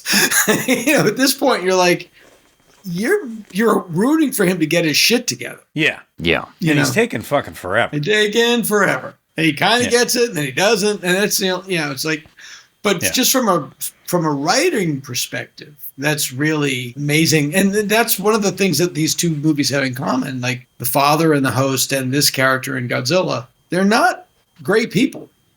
They're not a typical hero by any stretch of imagination. Yeah. Yeah, we get a little montage of like things getting better. The house getting built up even more, and hey, look, now I've got a motorcycle, and the kid is growing up. And we get that scene where we're back out in the ocean with the minesweepers, and our boy knows Godzilla's coming. He sees those dead deep-sea fish, those prehistoric fish come up, and he knows, like, oh, guys, we got to get out of here. And the captain, radios to the other minesweeping boat, like, hey, you guys ready to haul in a big one? And he's all full of, like, bravado. Yeah. And then Godzilla snaps the other boat in half from under the water, and the captain's like, let's go. I was wrong. Let's get the fuck out of here. I had in my notes the we're gonna need a bigger boat sequence. Yes. Absolutely. Well, they get a bigger boat because as Godzilla is pursuing them and our boy manages to take the Jaws shot and hits the mine in the creature's mouth, but it doesn't kill Godzilla. He just regenerates. We get the warship coming up and blasting Godzilla, and essentially just pissing him off. Yeah, I think that's when is that when we see the heat ray for the first time, like from under the boat. Yeah, it is. Yeah, but I don't know what this is. I mean, here's a quibble. Why doesn't he just destroy the boat? He clearly can destroy that boat. The first, our hero's boat. Oh, oh, sure. What is it about him that he's just doing the Jaws thing? I don't. Yeah, just he's not able to catch up to it quite as fast. It's like they're too fast for it, right? Yeah. I mean, it's just enough to it's really the only thing I'm like, well, come on. Yeah. And he looks like a cat. And he has this again with the design. Like I love the first design so much.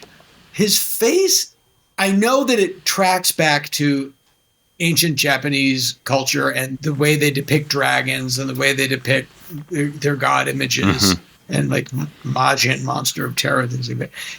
Weirdly feline. He looks weirdly feline, and I just like the other version better. To me, he looked a little like a puppy. If he just had like floppy ears on the side of him. He looked like the dragon in Never-Ending Story, whatever that dragon's name is. I was just going to say, what is that thing in Never-Ending Story? Yeah. What's its name again? It has a name. Falcor. Yeah, it is. He looks a little like Falcor, only not white. Falcor Minus One was the original title of this movie. And those guys are on the boat, the Millennium Falcor. Very strange. That's very strange. Yeah. But he tears apart the warship, and that's when we get some... And that's great. Because he is about to destroy the ship, and then the other ship nails him. That's a great moment. Because they set it up. It's perfect. Yeah. Again, all these digital effects just fucking flawless. Yeah. And in the daylight, Mm-hmm. Clearly seeing everything. Yeah. That was my big complaint about Godzilla King of the Monsters, which was the second Warner Brothers film, where you only saw Godzilla at night in the rain with a moving camera. And yeah. Flares passing by. Yeah, I was like, okay. Yeah. We know you can do this. I didn't say it before, but one of the other reasons why I love it so much is that although I love Godzilla as a movie monster, 95% of the time I'm really underwhelmed by the movies that come out with him in it. Sure. It's just like, why can't anybody nail this? And they do in this movie. Right. So hard. Well, they also make Godzilla scary again. Because he hasn't been scary forever, right? Yeah, there's no... Well, he was scary in Shin Godzilla. I thought he was scary in Shin Godzilla. Yeah, that's true. And I did just recently see that within the last year. Have you seen Shin Godzilla, James? I have not seen it. It's cool. It's good. It's not as good. It's very good, not as good as Godzilla Minus One. No. And it's a totally different type of movie. Yeah, it's really a satire. Well, you said it had commentary on the Fukushima disaster, which kind of makes me want to check it out, man. It is so unfortunate that the Japanese culture has had so much personal involvement with nuclear power and atomic radiation, like more so than any other group, culture in the world, like completely, time and time again. But the next time that we will see Godzilla after this gunship moment is the invasion of Tokyo. Yeah, which is great. When he comes into Tokyo, and it does not disappoint. No. Yeah. Yeah. And like I was saying, having recently seen the 54 Godzilla, there's some interesting little set pieces and parallels that they did. And we touched on it already. The reporters on the building who are there with their cameras, like rolling and reporting everything as it's happening. The world's most stunned reporters. Wait, I didn't know. Those guys. I didn't know he was going to turn this much. Yeah, gentlemen, it has been a pleasure playing with you. But he looks great. That scene is great. And they do this twice where, they just have this beautiful shot and then a train car just comes flying. And then they do it later with a boat. It's just great. Yeah. It's just great. And the train car sequence, Mike, what you were describing about the visual effects and how little is actually there is... Yeah.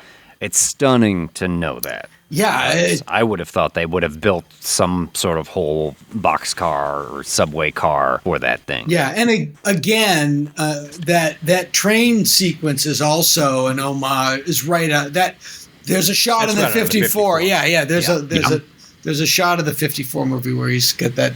So. Yeah. Picks it up in his mouth. And then her hanging, it's such a Spielberg shot. Yeah. And I say that as a compliment. Her just hanging down there. And I know Spielberg saw this movie several times, and I can see him like watching it going, very good. Very good. You've learned well. Yeah. And yet, like you mentioned before, Dana, there's that scene with the mother and the child, like, we're gonna see daddy soon. People are getting crushed. It's horrifying. Goddamn cartoon in the crayon drawings that the kid gives the father. Forget it. Yeah. Forget it. The tanks fire on Godzilla, and then he uses his heat ray in Tokyo. And I don't know if they have done it this way in other movies, that there is like a legit atomic explosion when it hits. Like it hits. Yeah, I've never seen that. Sudden, that was startling. Yeah. To see that, the heat ray just carves through everything, and then there just is a column of flame and smoke, and then you get the aftershock, the pressure wave. Yeah. Blowing over the city. And this is when Noriko will push Koichi into the alleyway and then go flying out the back. Another She's gone. thing that doesn't make you like him. Yeah. Yeah. Like, I'll save you, said the maiden to the knight. Yeah. The wrong kid died. Yeah. Yes. Yeah. What to me is perhaps it was the most affecting image in this whole movie is shortly after, she dies, he comes out of the alley, he sees all the destruction, he sees the mushroom cloud there, he sees Godzilla, and he starts to scream and all that black rain. Yeah. Yeah. That's a great, and that's battering him down. And that's his turn. That's his turn. Yeah. Totally. And then that shot of It is. Godzilla like looking up at the sky, it's just great. And Yeah. that is legit after effect of nuclear explosions, right? Like Hiroshima and Nagasaki both had that after the bombs went off. It's an ash rain, right? Yeah. Yeah. And all the ash and debris in the air came raining down. Yeah. So they had that black rain. And I thought, wow, what a masterful touch Fuck yeah. on this whole Fuck thing. yeah. Yeah. Just The brilliant. more we talk about this movie, the more I want to watch it again. Yeah. Like when I go to bed, like, I'm just going to put it on. Yeah. Yeah. It has a great soundtrack. I listen to the soundtrack when I write. It's great. Excellent. So it is stirring. One thing I really dig about the score in this movie is that when Godzilla does get to Tokyo, they play that original I believe it's score, the original piece. Akafuve? What's that? Yeah. Bum, bum. Yeah. That's it. Yeah. That was is great. That is great. And I got chills in the theater when I heard that. I was Me like, too. Yeah. They saved it for exactly the right moment. Mike and I, a couple of weeks ago, we reviewed the Omen movies, and I was talking about how much that music in the original Omen creeps me out. Yeah. And then when they do the first Omen, they wait until just the right moment to play the sound cue from the original movie in there. And it's instant goosebumps. It's the same thing with this. Been holding on to it for the whole movie, and then as he's like just marching through Tokyo, it's fucking fantastic. I'm going to get the name of the composer of the original Godzilla right, and at least I will spell it correctly. It's Akira Ifukube, Ifukube. Ifukube. Yeah. Ifukube. Yeah. It's terrific. Just timeless. Yeah. Yeah. And used in most of the movies, right? Using a lot of them, yeah. Yeah. Not so much the American ones. No. Or maybe they did. I don't recall. It's in the opening. There's a lot of just that, and I don't know what it was. I just remember as a kid, like hearing that, like, bah, bah, bah. It's so big. Yeah. Like the like the War of the Gargantuous theme. It was just so big, and Yeah. it was like, yes. Yeah. Let's fucking go! Yeah. I want to see model buildings fall apart. Yeah. And then they got so much better in that, what's the second era? Is it Heisei? Oh, God. Hang on a minute. The like I know. 90s era. Godzilla versus Biollante and King Ghidorah. The Showa era, the Heisei era, which is Heisei. Yeah. Heisei, and that was in the 80s and 90s. The Millennium era, which started in 99. And named after Emperor Millennium, of course. Right. And now we are in the Reiwa, Reiwa, which is at least the Warner Brothers era. It's the Reiwa era. Yeah. But at least we got Jet Jaguar out of the Showa era. Which... Yes. So after his rampage in Tokyo, we get that whole thing of like, oh, how come the Americans can't help? And the whole excuse like, oh, we're all worried about the Soviets and mustering any military might. And Douglas MacArthur says, you're on your own, Japan. And that's sort of is a twofold solution. One, it sort of makes a point. But also it just answers the question, where are the Americans? Why isn't anybody helping them? Because that's always the thing. Like, in Jaws, it's like, having spent a lot of time in Martha's Vineyard and Cape Cod, where's the Coast Guard? Coast Guard's all over the place down there. But another thing that it does, which is great, is that you get this angle of like, okay, we can't muster our military, so it is a civilian-led effort to stop Godzilla. And they say that like, Japan, and they say like maybe it's better, you know. Yeah, which is a great, as we talk about the way that this movie is tackling some shifts in the culture coming out of World War II. I thought that was a really nice little touch that we get this group coming together. And then coming up with a plan that I fucking love. Yeah, it's such a cockamamie plan. It is, but you want to know what? I feel like so many like Godzilla movies, you might get like some sort of sci-fi crazy ass plan, and this movie is set in the 40s and 50s. Yeah, and it's just like a plan, like okay, that you used what you had from the era, and this is the thing you're gonna do. Yeah, you're gonna sink them with Freon gas, and then if that doesn't work, here are the guys from the balloon factory, and they've come with super inflatable mattresses to bring him to the surface. It is, but it is kind of like the plan in the original Godzilla. It's like, well, you're doing what? What in the original? They suck the oxygen out of the water or something. Yeah. And this one is like, it's brilliant in the sense that it's complicated, conceivable, but enough to keep you interesting, and there's a lot they have to do.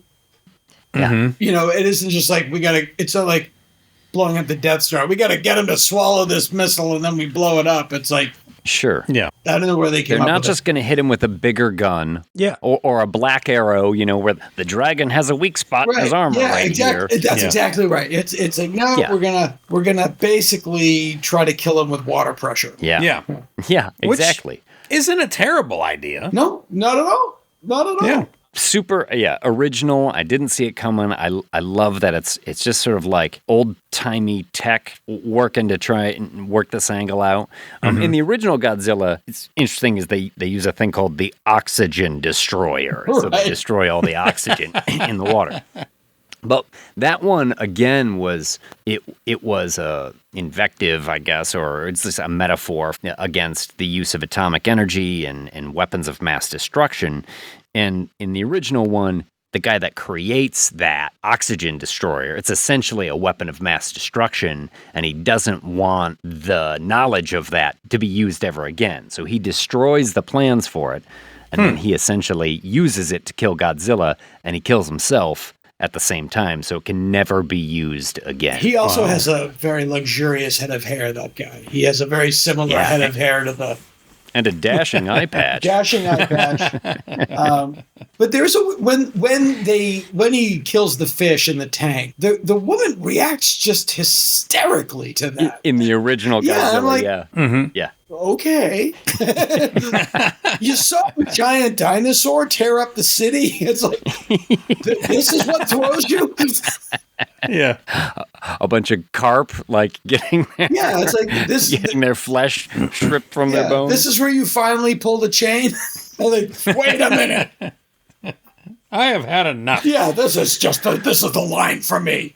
And then if we needed another reason to love, or if I needed another reason to love this movie, we get this plane in here. Oh, yeah. This sweet ass prototype Japanese interceptor plane that just looks cool as hell and is going to be part of the attack on Godzilla. And of course, our boy is a kamikaze pilot, so instantly has designs on it. Yeah. Since Noriko has passed away. And this plane, by the way, is a real plane. Wow, I didn't know that. Yeah. The Japanese military had 2 of them that they built that were prototypes. They didn't see any action, but they were made to intercept bombers. Okay, and what is the thing about them? Is it just their speed and agility?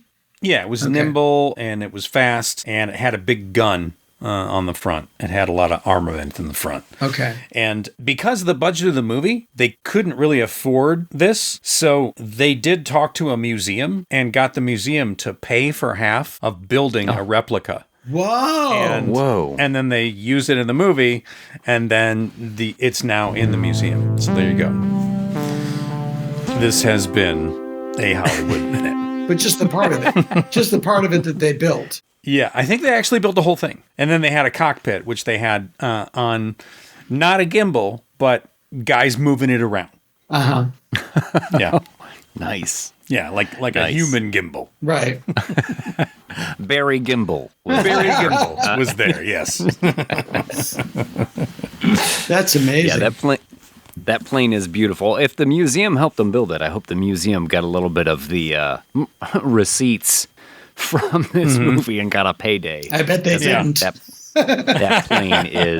That plane is absolutely beautiful. Yeah, that's super cool. You get the redemption with the mechanic basically telling him, there's one more thing, and then the camera cuts away. Yeah. Yeah. Yeah. And that one more thing is basically, if you look at this movie as a hero's journey, which it in some ways is, that ejector seat, and they do set it up earlier in the movie that the Japanese government let down the Japanese soldiers. They didn't right give them before enough. this scene, actually. Yeah, they didn't give them enough food. That's the elixir that allows. Yeah. That's that ejector seat button is the force. Yeah, yeah. I think what you're talking about is the guy says the cost of human life, the use of kamikazes, the low armored tanks, the terrible supply. They just didn't care about the people. Right. They were just throwing a human wall of people at the war machine. Right. They said they treated life too cheaply. Yeah. Which is so much a part of the way that they're showing the culture changing throughout this. Yeah. It's beautiful. Right. Very true. Yeah. His mechanic gives him that little gem when he's in the plane after our boy looks like he's resolved to make good on letting those guys down on the island when he couldn't fire his gun earlier and couldn't fulfill his duty earlier. And obviously Noriko has died, pushing him out of the way. Or so we think. Yeah. Well, we'll get to that. Probably my biggest problem with this movie, honestly. Yeah. Hey, you know what? She's fine. Yeah, this is a good finale, though. I'm dragging him out there, shooting him in the face, get him back out into the water. Oh, he's out of the target area. Get him back to the target area. Things aren't quite working out the way they want it to work out. Yeah, that's great. It doesn't go according to plan. I do like the idea of the fake armada to sort of like rope-a-dope him. Yeah. That's good.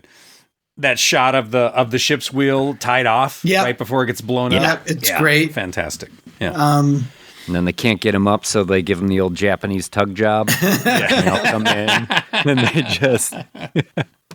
That would be another problem I had is all these tugboats show up, right? And the one guy that's like, they told him earlier, like, you can't go. Yeah. You weren't in the war, and your arm is broken, and you can't go. And then he shows up with all these fucking tugboats, and it's like, oh, look, it's a whole armada. And then 30 seconds later, they're all hooked They're up. all tied up and ready. Yeah. That would have taken about 4 hours. Right? Yeah, but that is also like, this guy is a big Spielberg fan, and that's where you see it. All of those things are such Spielberg touches.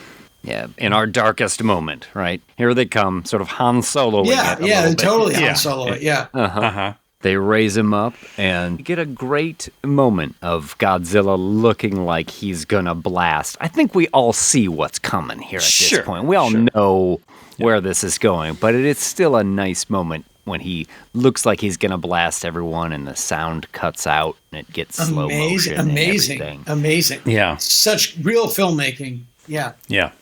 And then here comes the plane right into his mouth, pulls the safety. Yeah. That's great too, that crash into the mouth. Bunk.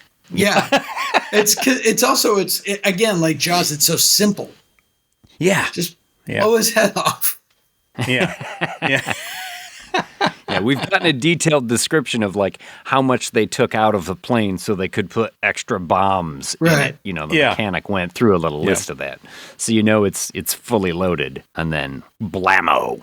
It's great. And the way you can't see what happens at first, and then he calcifies and chunks of him start just... Yep. It's great. Yeah. It's great. Yeah. Again, like I said, I did watch this in black and white, and it's moments like that just don't They're just not as effective in the black and white for me as they are in color. Yeah, I can see seeing him break apart and the sort of the blue lights flashing out of them and stuff. Yeah, I mean the blue light of the atomic breath when it lights up along his back, that's pretty iconic, you know. And then our boy is parachuted out. Godzilla's been killed. Thwarted. And we get that epilogue of like, oh, Noriko's not dead. She's just been in this hospital, I guess, for the last 2 weeks or something. Yeah. And yeah, it's my biggest criticism of this movie. They didn't need to go that soft on it in the end and give us the happy ending. The host killed the daughter, right? Yes. Yeah. Yes.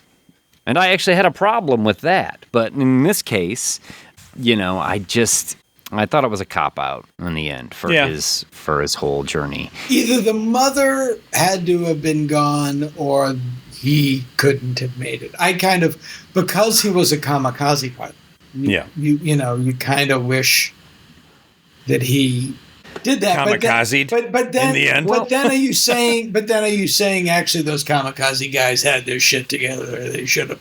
You know, I don't know. It's tricky. I do know that when that parachute opened, I was glad. So sure, there you go. I was too. I'm fine with the parachute opening actually, because like I was saying earlier, like the attitude. I just wish that he was dead in the harness. Radiation poisoning killed him 2 weeks later. Oh, no, he's dead. No, the attitude towards kamikaze pilots really changed significantly. The whole Japanese attitude towards like honor and duty in wartime changed significantly when they were defeated in World War II. So I think it's the right decision to not have him kamikaze in the end and kill himself. I think it's the right decision for him to come out. I mean, it's also a powerful moment to show that mechanic who's hated him for such a long time say, live. Yeah, 100%. Yeah. Good for his Because that's the arc, one too. guy he needs to forgive him. Totally. Yeah. But did you guys notice that when Noriko is hugging him at the end and they're like, oh, we're happy, we're still alive, she gets this little thing happening in her neck? Yeah. What do you mean? Oh, yeah, no, it's huge. This weird black spot starts to crawl up her neck. I absolutely know it. It's a huge thing. What do you think that is, Dana? I have heard that means that she will eventually become Biolante. No way. Yes. Really? Mm-hmm. That there's some sort of radiation thingamabob. That's right, because Biolante is basically the soul of a dead scientist, right? Right.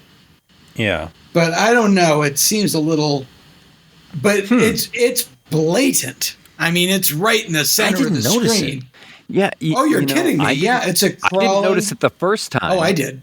Yeah. I noticed it the second time. And then, of course, the third time I was really waiting for it so I could check it out. Right. But yeah, you get that, and then of course you get the floating Godzilla chunks down in the ocean that begin to regenerate. And I thought, okay. I love this movie. I really don't need a sequel. I think he's doing another. I think he's doing another one, but I don't think it's going to be a sequel. I can't imagine it being a sequel to this. It may be like just an unrelated Godzilla. So I don't know. Huh. From what I understand, I think it's another in the same time frame, and I guess it would be a sequel. And it's the same director, so it'd be the same like visual effects people. So it's basically the same group.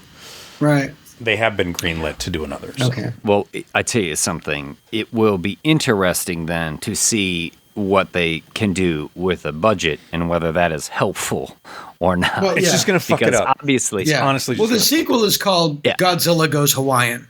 So I just find that it's Godzilla 2 Operation Miami Beach. I don't know. It's Godzilla 2 Japanese Boogaloo.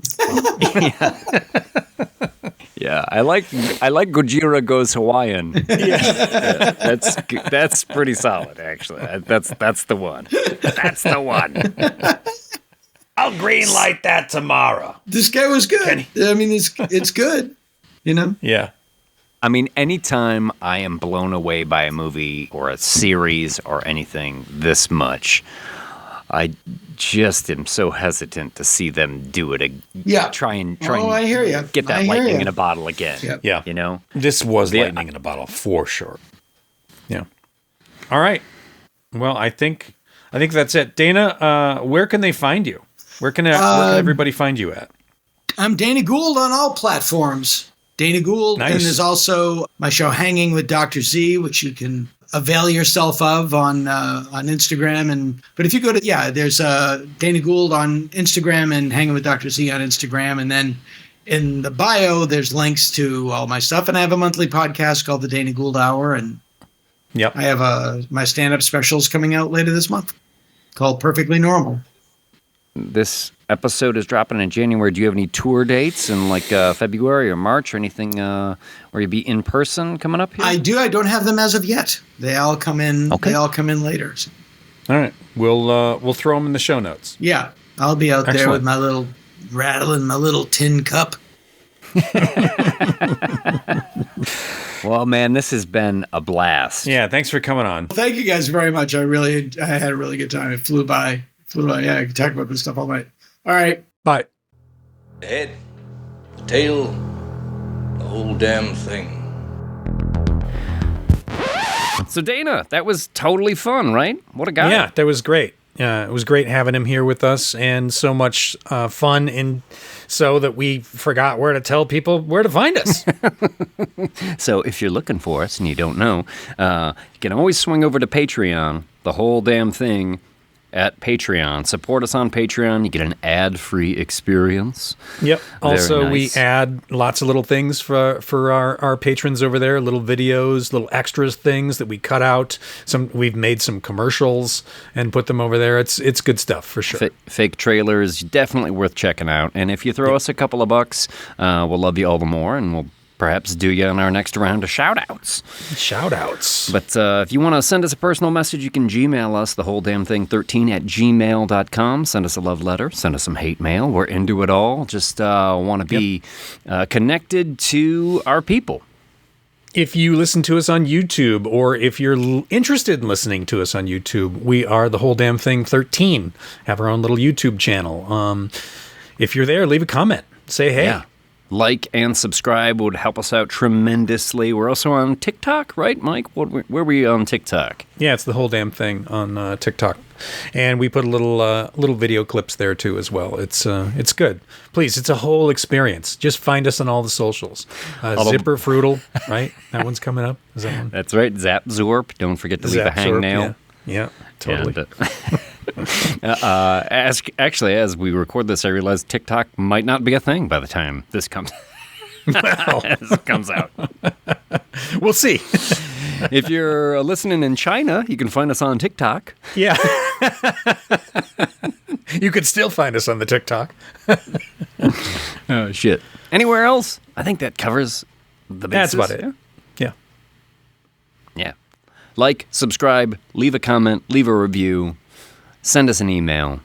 But thanks for everything. It all helps. Thank you so much. Peace. The head, the tail, the whole damn thing.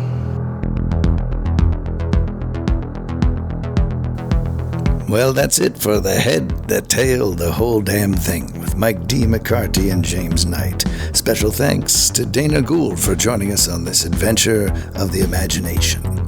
Next week, it's The Lost Boys and Nosferatu.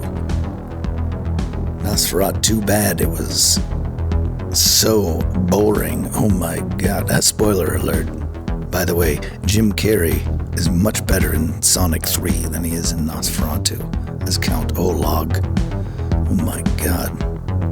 Snorefest.